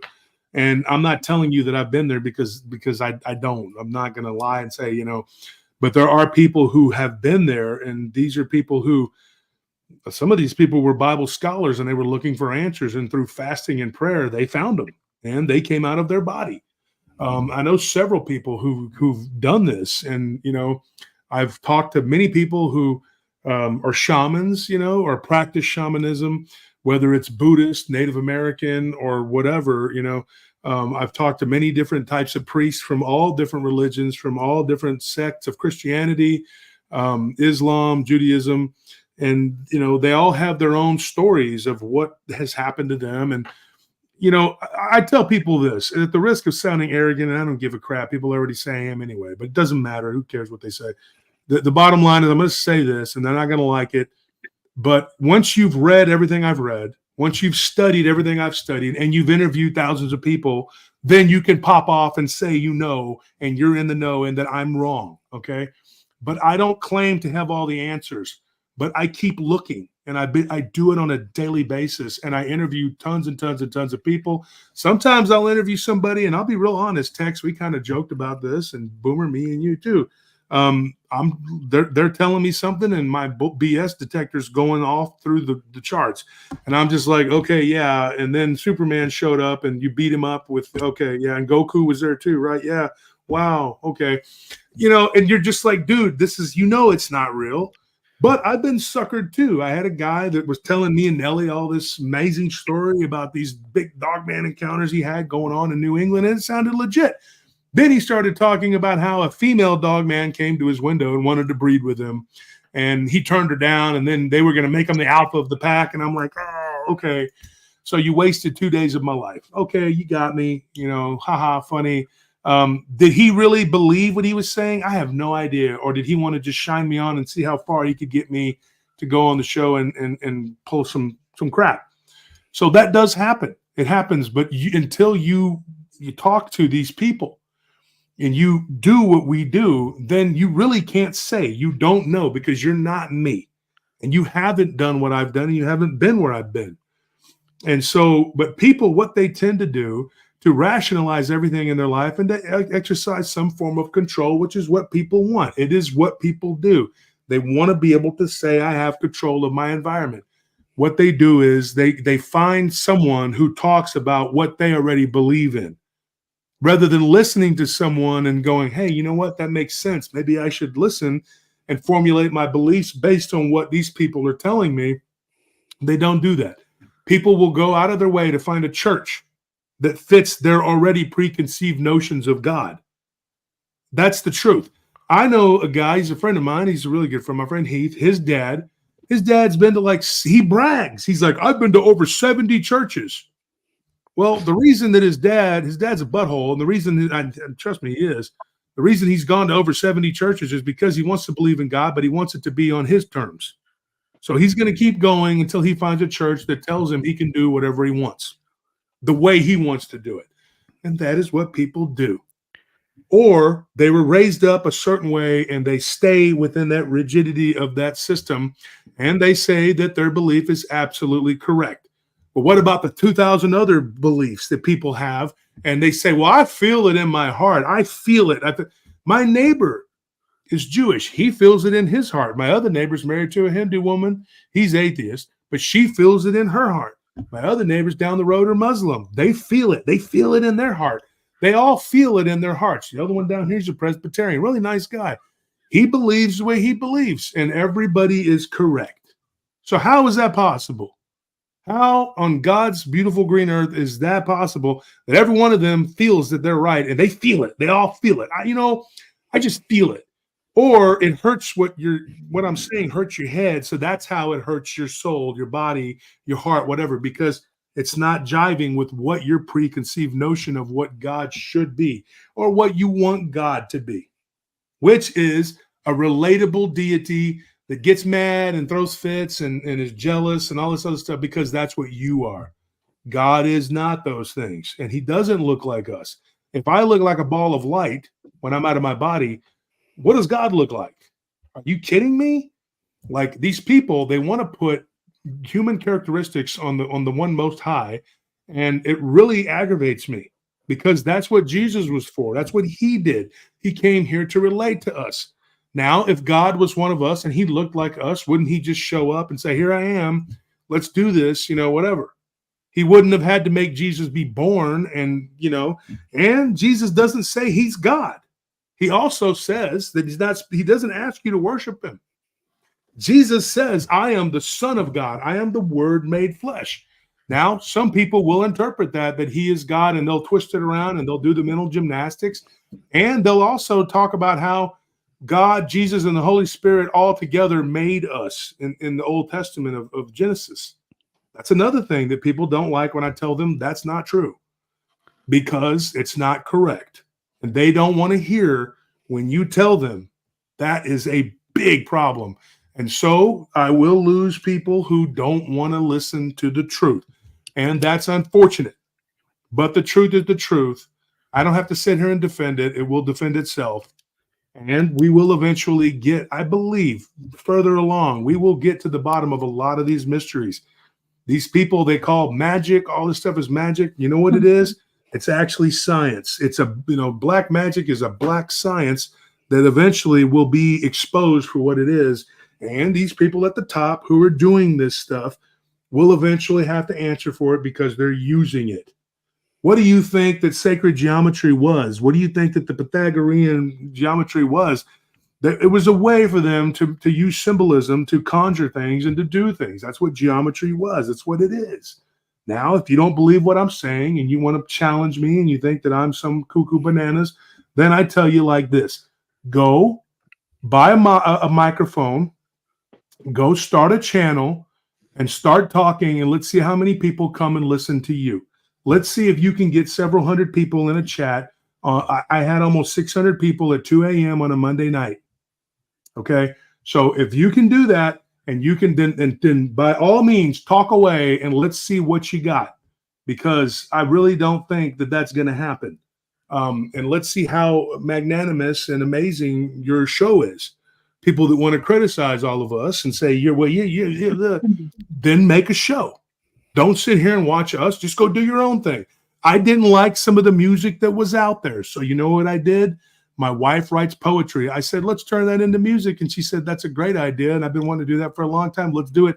Now we have a record label called Paranormal Soundtable, and it has the music that I like and the music that she likes, and we can listen to it.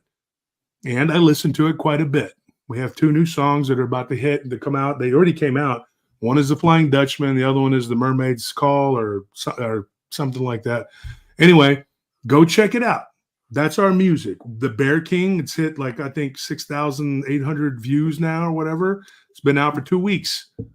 It's a good song. So if you don't like something, quit bitching and go change it. That's what I did. And they're mad because I changed it. Well, if you don't like the way the game's changed, well, then you can go flip it back.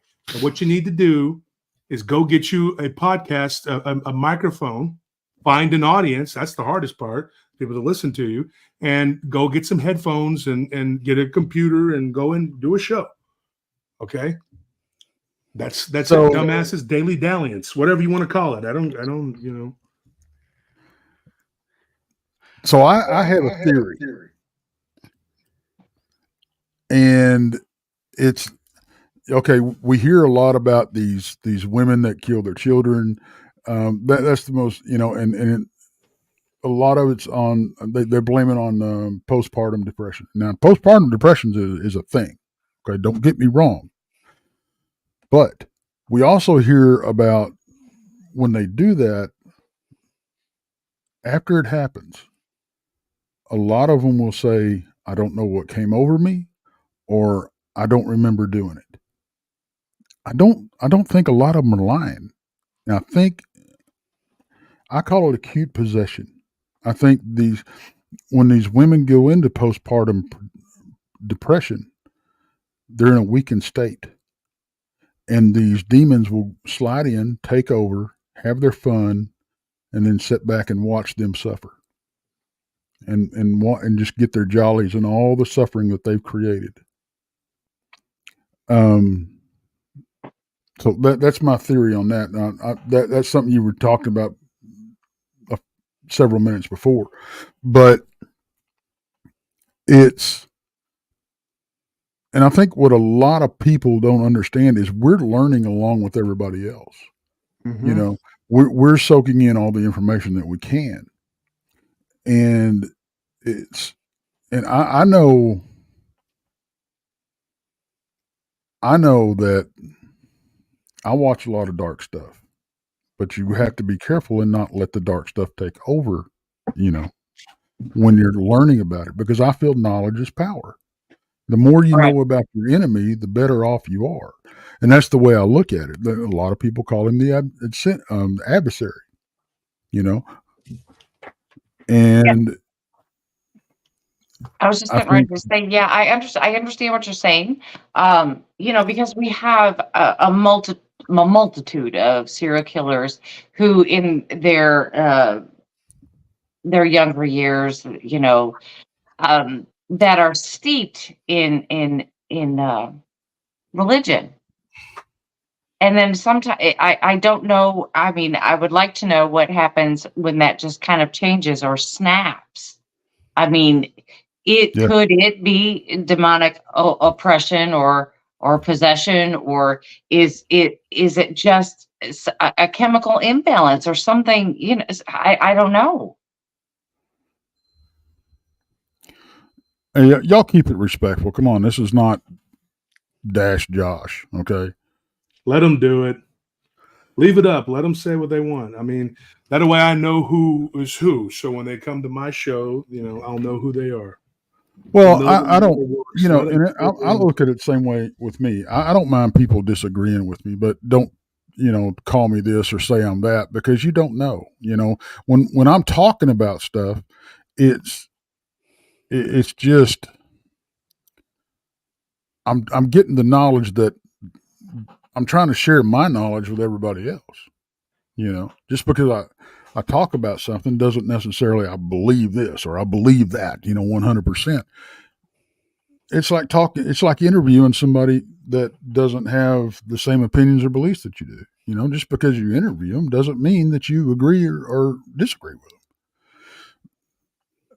And I'll answer this right here. SG12 says, yes, Jim Bob, he's blasphemous because he's a heathen who denies the word of God in the biblical text. Well, this is what I say to that. And I want to answer this question.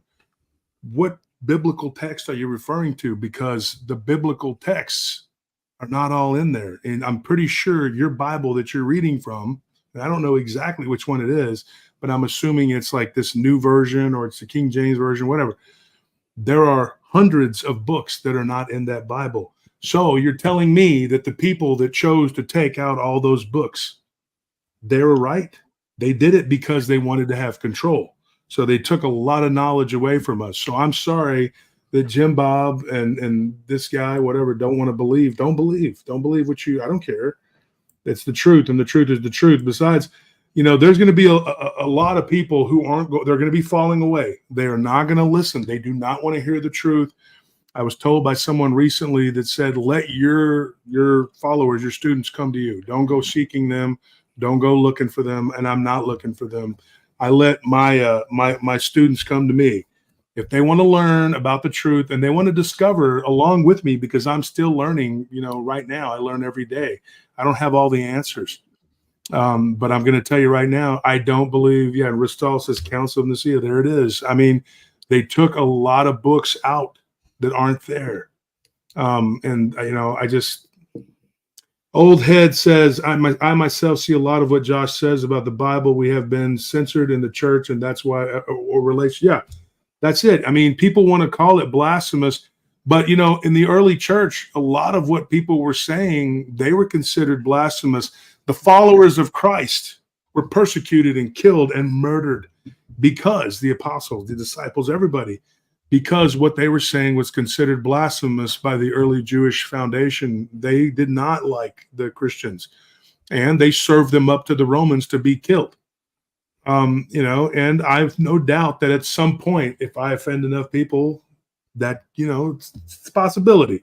At some point, you're not going to have people they're not going to like you, and they're not going to like what you say because you're turning what they believe upon its ear. But I promise you, if I did not believe, then I wouldn't say it, because I'm not going to be responsible for leading people down the road to hell, which is very real. What I want people to do, though, is take some time. Just listen to what I'm saying. You don't have to believe it right now. Don't take my word for it. Go and do your own research. Go and study. Don't be afraid to find the true living God, the true Father of Christ, the one that has been hidden from us by the powers that be. Remember, Jesus says, he goes, your father is not my father. Your father is Shaitan, and you're of the synagogue of Shaitan. And he's telling you right there, there's two different fathers, two different beliefs. There's a belief that I'm not saying this is what I believe, but there's a belief that this is a counterfeit world. Jesus says the God of this world is Satan, or Shaitan, as they say. When he says that, he's being very, very straightforward with you. And, it's not something that I just woke up one day and said, you know what, this is what I believe. It's been 4 solid years of hammering away, trying to figure out, what's going on. Right. I have to disagree, Josh. I believe you're in the danger zone. I don't. I'm sorry, Jim Bob. Respectfully, I don't believe that. I mean, you need to go and read, okay? Jim, you don't have to, and people, this is the thing too that people don't understand. You can read something without believing it. Oh, yeah. I've read Mao Zedong's red book, his Communist Manifesto. I don't believe a word of that pile of garbage. Communism is one of the things that I just absolutely detest more than anything. And I read it, but you have to at least read it to understand it. I've read Ivan's War. You know what that is? That's the war from the Soviet perspective, and it was heavily tainted by this guy who wanted to believe that Stalin and them were on some holy crusade. No, they were no better than the Nazis. Believe me, it was black on black. It was dark on dark. And I've read all these different books from about all these different people. Did I read it and go, whoa, you know what? I think I want to do that. Let's be a Nazi or a communist. No. But did I read them to see what the hell was going on? Yes, I did. I've read thousands and thousands of books. I've read ancient texts, things that were written long, long ago. And there are cases, studies in some of these books. They even talk about these creatures that we talk about. Look up Tiamat. She created Bigfoot. You don't want to believe it? Don't believe it. But it's right there. It says it right there. Like that's who it was. She used magic. Well, no, she used science. And like somebody said earlier in the chat, science is very evil at times, and it's being used. So I'm putting myself out there. People want to hate me. They want to say whatever they want to say about me. There are people in the chat who despise me because I'm telling them something that they don't want to hear. Okay. But I look at like the guy, who created the idea of washing our hands, germs, I mean, dude, they nearly killed the guy because the guy said, hey, there's these invisible beings and we are killing ourselves. And they were like, this guy is out of his freaking mind. They did not want to believe. They did not want to believe in this guy. And, he almost lost his life. So I just look at it like that. There's going to be people, no matter what you do and say, they're not going to believe. They're going to call you all kinds of names, heretic, apostate. My enemies, they kept slamming me with that the whole time during the war. Yet they were doing some of the most evil things you could possibly imagine.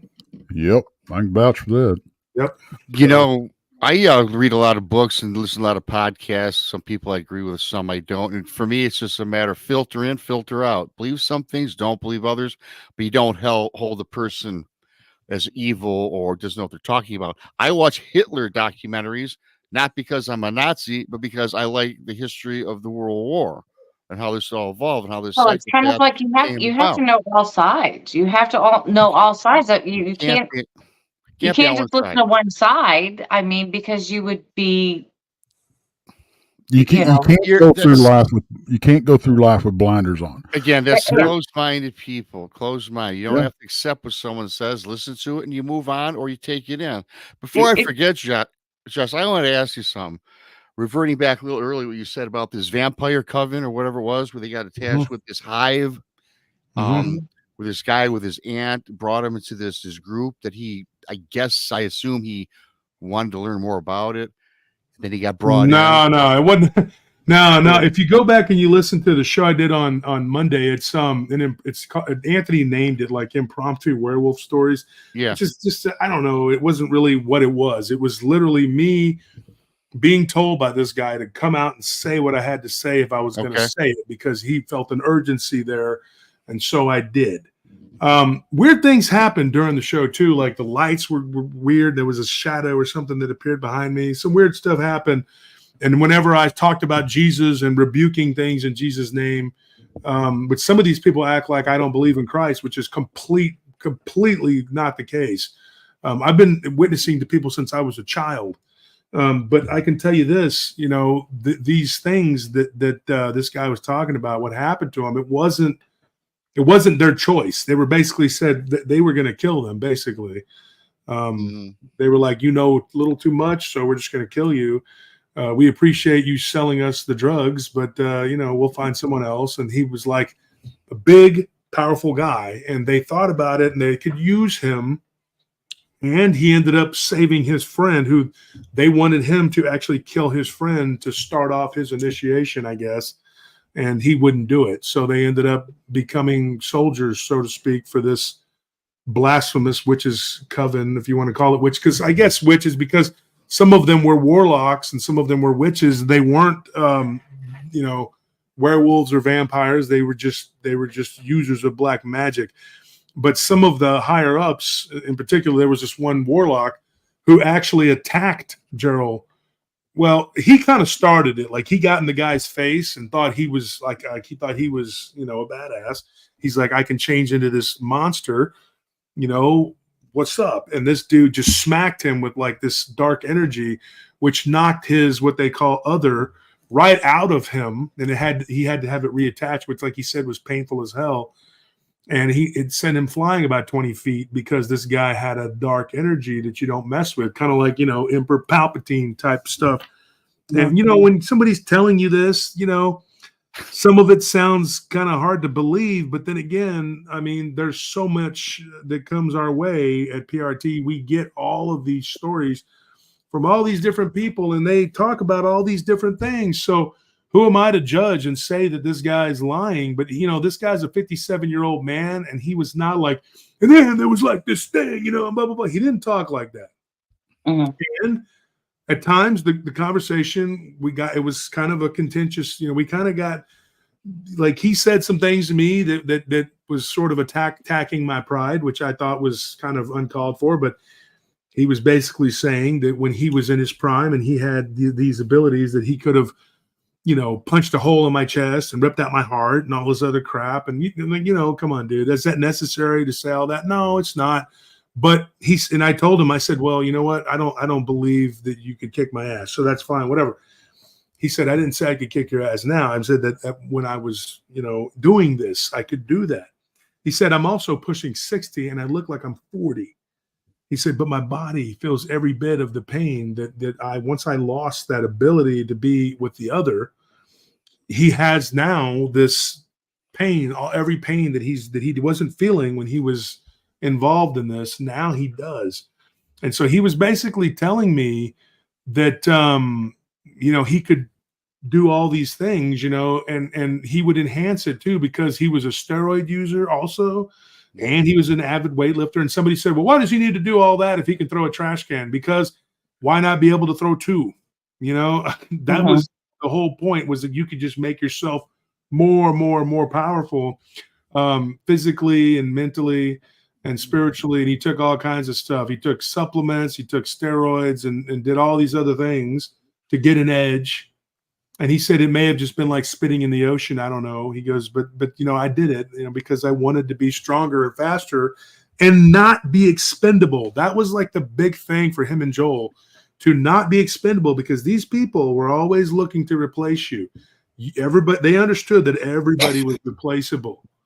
There was nobody that was safe. It would be like, being on a football team where they're just constantly looking for free agents to replace your ass, because you're not the best, biggest, whatever. If you're not, then you're done. And it's always for them and those people, it's always like the bigger, better deal. What have you done for me lately type attitude? It's like, we don't care. Who have you killed for us lately? What have you done? And if they find another guy that's better than you, they can replace you with that guy. And in fact, it was really in their best interest not to have people around too long, because once people get to a certain point and they start getting real cocky, the way he described it, or thinking that they knew everything, and maybe they did know a little too much, then it was time to go. So it was not too much stability. You know what I mean? It was like you were constantly on eggshells. And so there were people that had this dark ability. One of the most interesting things that they talked about, and I talked about it on the show, and I'll tell you now, was the fact that they could go through these portals. And they're found at different places around the world, and in particular, certain areas of the country. And they were like walking through like what he called mercurial, like a quicksilver. And when they walked through them, and when this guy talked, he was just like, yeah, this is it. He didn't talk all animated and excited. He didn't sound like he was lying. He was just being very matter of fact. He was like, look, dude, this is just what it is. And a couple times when I cracked wise, which everybody knows I do that. I'm not everybody's cup of tea. I get that. I'm not stupid. And so I told him, I said, well, yeah, that sounds kind of, and whatever. And he says, if you don't like it, we can hang up right now. And I can just go my separate way. I don't need to talk to you. He goes, Mr. Turner, I'm confiding in you. And I trust that you're going to tell the story the way I'm telling you. And he didn't threaten me, but he did kind of warn me about, hey, you need to stick to what I told you. Don't embellish. And don't try not to forget the words that I said, because I'm trusting this in you.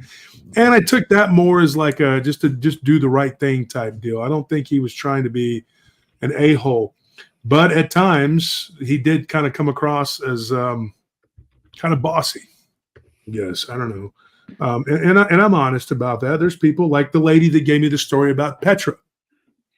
We got into it, me and her, because I made a statement that I thought was completely true. I said, you caused all of that, your own suffering, everything. Her rebellion against her mother, everything that she did. She never should have been in the deserts of Petra trying to spend the night with demons in a city like that. It was just me being very, I'm just being honest. And she was like, well, and then she got mad and she didn't talk to me for a while. And I'm one of those people that's very firm belief. Over the years, I've developed this. I think that if it's meant to be, it's meant to be, and she'll come back and talk to me. And eventually she did. And I thought that maybe at some point she would find somebody else, but she didn't. She continued to listen to my show, and she said, look, I want you to tell my story. Also, and this is, I'm not being mean or anything like that, but when she talks, she has like her voice that she has, like she talks like it kind of Katharine Hepburn, like I guess I could say, I don't know, but she's subconscious about that. But that's also something like a speech impediment that was developed from the trauma that because she went to a psychiatrist, which she should have, like I kept telling her, you need to go and find God, but people do what they do. She went to a psychiatrist and they diagnosed her with like this extreme PTSD, and it was like her voice really was messed up. And she believes now, she knows now that it was demonic, whatever. She did go back to Petra, which I thought was completely insane. I would never go back there. But some people, when they have something that happens to them, like say you're afraid of spiders, well, they get you to go and they touch a spider, or they'll do like a virtual thing where something, emulates a spider, whatever. So she went back on the words of a psychiatrist that said, oh, you know what you should do? Go back to that city of demons and see if that'll help you. No, stupid. That just got her an attachment that just made it worse. And so that's another story. And so she lived with an attachment for like 10 years. I say attachment, Brandy, There's that.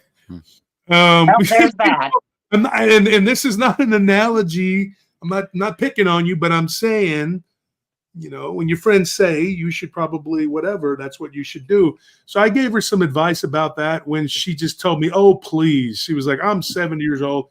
I don't need to hear from you. She's like, I appreciate it. She's like, but I dealt with it in my own way. And then I said, okay, fine.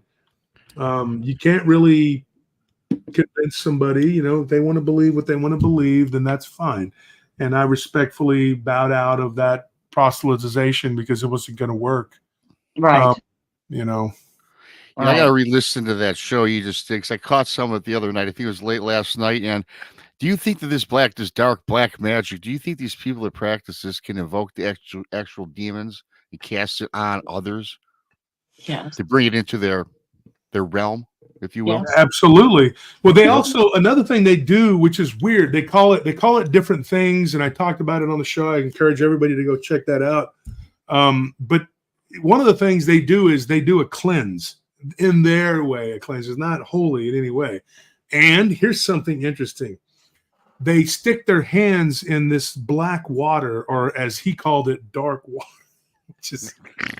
We all kind of, when he was saying, and I wasn't the only one listening to this guy talk. There were, so we were, when he said that, we were like, whoa, kind of funny, right? Okay. So he said though that they go and they put their hands in this black water, which is like a scrying water. And he said, it's black water. He goes, and I don't know what it is, but it recharges you. Another thing they did was they called it hell flame. They didn't call it hellfire. It was like hell flame or whatever. And they put their hands in it. He goes, and if you touch the black water, which sometimes the black water, he goes, would get into your fingernails. And then he goes, you would see it go into your skin, go into your fingers, dude. Yeah, it was weird. Tell us all this stuff. He goes, and then you'll go and look in the mirror and you'll see black tracers going around your eyes. He goes, and then you'll see it kind of go up into your body. He goes, when Hollywood shows that weird veiny stuff, he goes, that's what it does. It really is like that. He said, and one day the first time it happened, he said he was asleep. And I remember he was saying, this is what Joel told me yesterday. This was him, the vampire. He was like, I was laying down on my pillow. He goes, and I wake up and there's this like black thing that falls out of my ear. And I'm like, oh, what is that? So he goes, so I tried to kill it and squish it.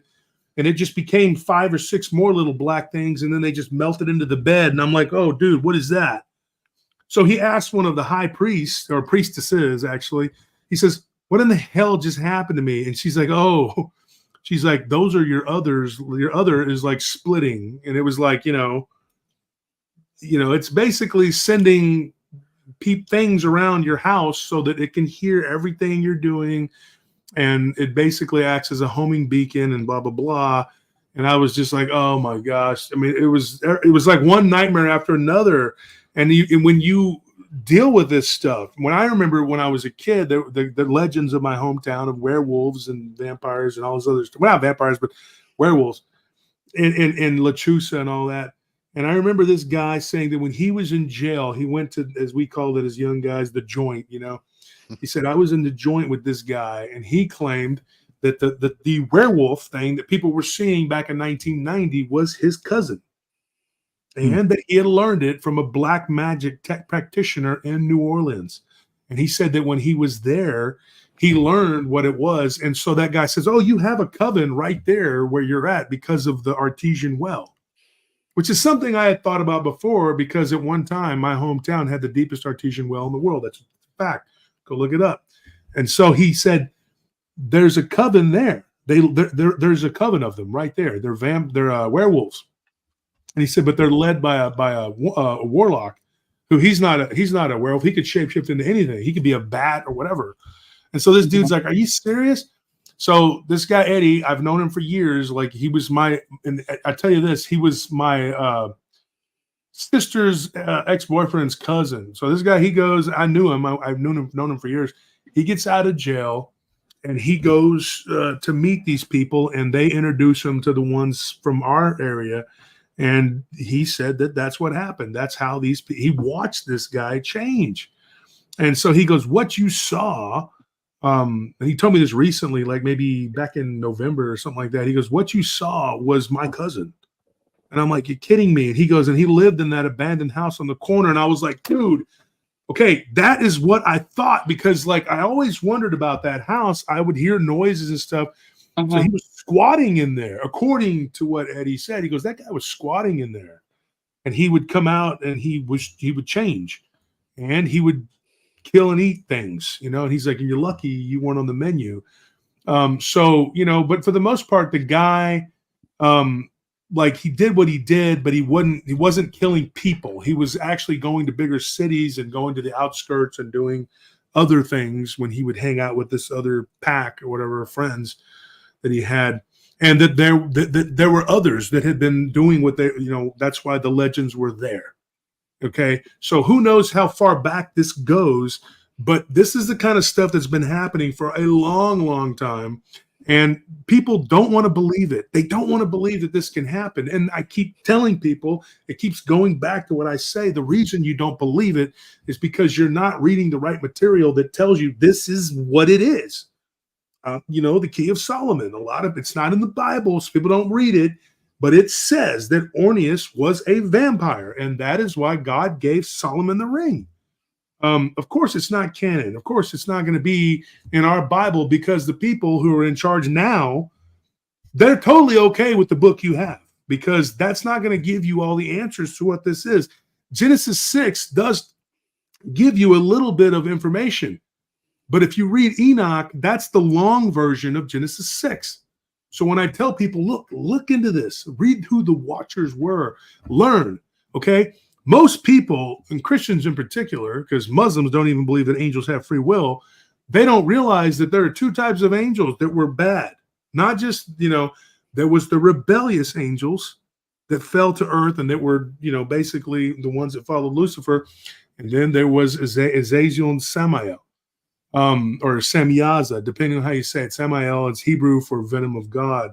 So when you go back and you read these about these bad guys, you know, it talks about them. It tells you who they are, what they are, and it explains it. Their children, they bred with the daughters of man. Their children became the Nephilim, mighty men of renown, whatever, and it just went on and on and on. And they created a lot of problems. I will say this. I look at this. There's a guy named, his name is weird. It's like Enoch. I guess the G, it's like Ignac Semmelweis or something like that. He is the father of the modern hygiene that said, hey, we need to wash our hands. Not a good thing that we are eating with there's germs on your hands. They tried to kill this guy. They're like, bull crap. They didn't believe it, and they thought he was nuts. So they're going to think that I'm nuts, and they're going to say that I'm an apostate, whatever. I just saw a comment on here where it says that Andrew says, I guess he says KJB, but he's talking about KJV, has been manipulated over and over, and it's just a fraction of what it used to be. Do yourself a favor and read some of the books that were removed. Now, he's not totally right about that. The KJV is not a fraction of what it was. There's a Schofield Bible that was snuck in there. Stay away from that. I'm going to tell you right now. But this other, the KJV is what is left. The remnants, basically, the smallness of it too. When you look at like even the Catholic Bible, where they got books like Tobit, most people read the KJV don't even know what Tobit is, and they've never heard of it. But yeah, and then down here, our good friend Jim Bob's like, Andrew, I respectfully disagree. I like that the way that Jim Bob says, I respectfully disagree. He's not being ugly or rude about it. But I want to know why you disagree with that statement. I disagree with very little of that statement because Andrew says it's not something you can disagree with. It's a fact. If you don't want to read, that's fine, but you should open your mind up to the option. Now, what I will say to this, guys, I'm not telling you that you have to be a listener to my show. You have to go and listen and believe everything that I say, and every guest that comes on my show. You may not like what they say. You may not agree with what they say, but you got to be respectful, at least. At least Jim Bob is being respectful, and some people will curse me, and they'll call me a heretic and an apostate, and they'll threaten my life, which has happened quite a bit. And it's unfortunate that people are willing to say horrible things and say that I'm going to burn in hell, boil in hell. Somebody said that. That's weird. But then they also say that I'm taking other people to hell and I deserve it, and they hope that I die. This is the kind of stuff that Martin Luther went through when he did the Reformation. The Catholic Church, which I'm not Catholic or Protestant, but they said that he's going to burn in hell and they hoped he died and blah, blah, blah, blah, blah. But they also told Jesus that. And I'm not comparing myself to these men and saying I'm anywhere near as good as Christ or anything like that. We all strive to be as good as Christ because we're supposed to. But I'm just telling you to please open your minds and open up other books and learn that there are other gospels. There are other truths out there. And they're there for you to learn. If you don't like it, if you don't feel like it's for you, then don't do it. Don't do it. But you don't have to hate me and attack me, because all I'm doing, I promise you, the only thing I'm doing is trying to give you the answers and open your mind. I've done a ton of research and a ton of work, and I don't want it to be for nothing. And it is unfortunate that some people have left me. And some of them were nice enough to leave and not have to announce that their departure, and others had to open up with both barrels on me why they left. And they went around telling everyone else why they left. And they even tried to foment a rebellion to get everyone to boycott me and leave because they were offended. And to me, they're offended by one thing: truth. Period. Well, that sounds like a good note to wrap the night up on, Josh. There you go. Everybody's afraid of you, some Larry. of these truths. Always. And y'all have been so supportive. Oops. Y'all have been so supportive tonight. We really appreciate it. Josh, I always, every time I talk to you, I leave with a lot of food for thought. And I think that's the important thing. Absolutely. And that's all anybody asks really is just, say what if and consider, and if you don't believe what we're saying, well, try to look it up, and that goes for any of us, really. I mean, we don't mind people disagreeing. And I want to thank Jim Bob for, being respectful. I mean, that goes a long way.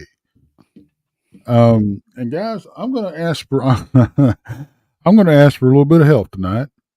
I am 12 subscribers away from 5,000 on Texas. All right, texting. I guess I got to. I'm already subscribed. It doesn't work like that. Yeah, I'm already subscribed too. Yeah. Sorry, man. Jump over there. I'm gonna if I unsubscribe, like Randy said, then I'll resubscribe. Right. So anybody out there who is not subscribed to Texas Front Porch, of course, that's Tex and I on Monday nights at 8 p.m. Central. Please go on over there and subscribe. Get us to, that 5,000 mark. Yeah. And Nice, as we sweet. are right now, we're going to cut this off. Next week with you, Josh, we do have a guest. His name is Thomas Ferrario. He actually has investigated for many, many years a place called Marley Woods in Missouri. It is like the Skinwalker Ranch of Missouri. So this is going to be really exciting because there's amazing things that he talks about. So everybody stay tuned next Thursday when Josh, myself, and Krista will interview Thomas, and we'll see where that goes. Tomorrow night you can catch Tex and possibly BMR with us tomorrow night. As we discuss whatever happens. That's what we're doing this week. We were called into duty with Krista's traveling about the LBL. I know, but see, as you can tell, it takes two of you to spill her shoes. You see that? Two of you. I know. Hey, I never said I was going to try it. I mean, I'm shy of that long, lustrous blonde hair, so that there's a lot of places around the country that, to me, are very much like Skinwalker Ranch. Yes, the LBL is one of them, and I don't doubt that this place, Marley Woods, I'm looking forward to it. I'm excited about it. I'll be sure and promote it. And I think that one of the things that one of the places is right here in Central Texas too. Like I said before, Eric Palacios, one of the guys, a good friend of mine, who's helped me get my syndication.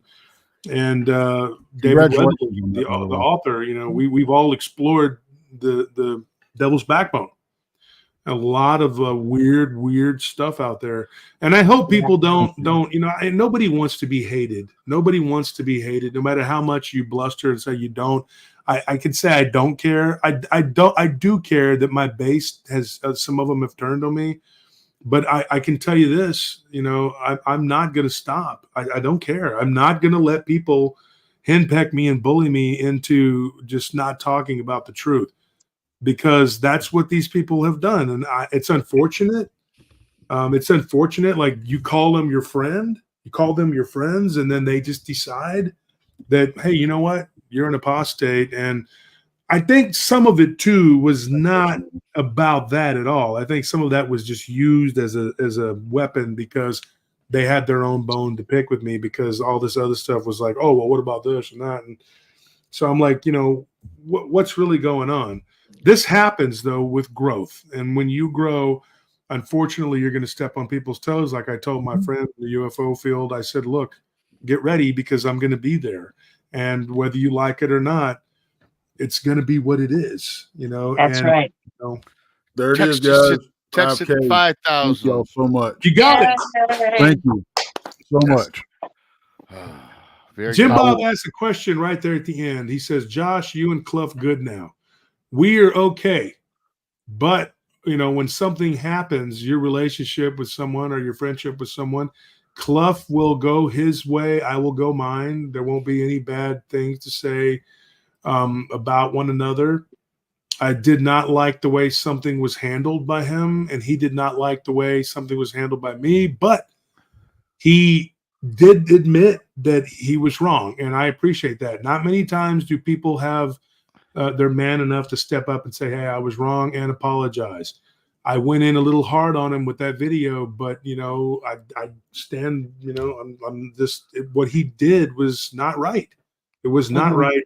And so the people that are upset and up in arms, they're just going to have to cry. We're not going to work together. That's it. But I never did work with him on his channel. I was accused of that by the Filthy Five, and I didn't. It was never my thing. And I didn't support some of the things that were coming out because I wanted peace. And so we had some philosophical differences that led to him jumping the gun on something, and he apologized. I had to do the same thing with the Brent Dill thing. I thought he was involved in something, and he wasn't. That's what men do when they make mistakes. They apologize. But we will not be working together at this time. But that doesn't mean I don't like him. It doesn't mean that we're not cool. We're just not going to work together. That's all. Well, it happens. But anyway, I want to just tell everybody good night. And I want to run down some thank yous. Thank you, 1, 2, 3, 4. Gary Spike Sr., DJ Tyler Radio, Liberty, DJ Tyler Radio again, James Aletto, BCG, 1, 2, 3, 4 again, And 1, 2, 3, 4 again. Sheila Ebeline, I hope I said that right. Thank you. Larry Fisher, thank you. And Suji, Suji, It's Suji. Suji. It's Thank Suji. you. There Thank it you. is. I am Susan, so proud of you, Tex. You remembered. I am so proud of you. great job. Thanks you, Justin, for subscribing. All right, Make everybody. sure everybody subscribe and helped out Tex tonight. And of course, Yes. subscribe to me, Brandy, and Josh. Good night, everybody. Good night, everybody. See ya.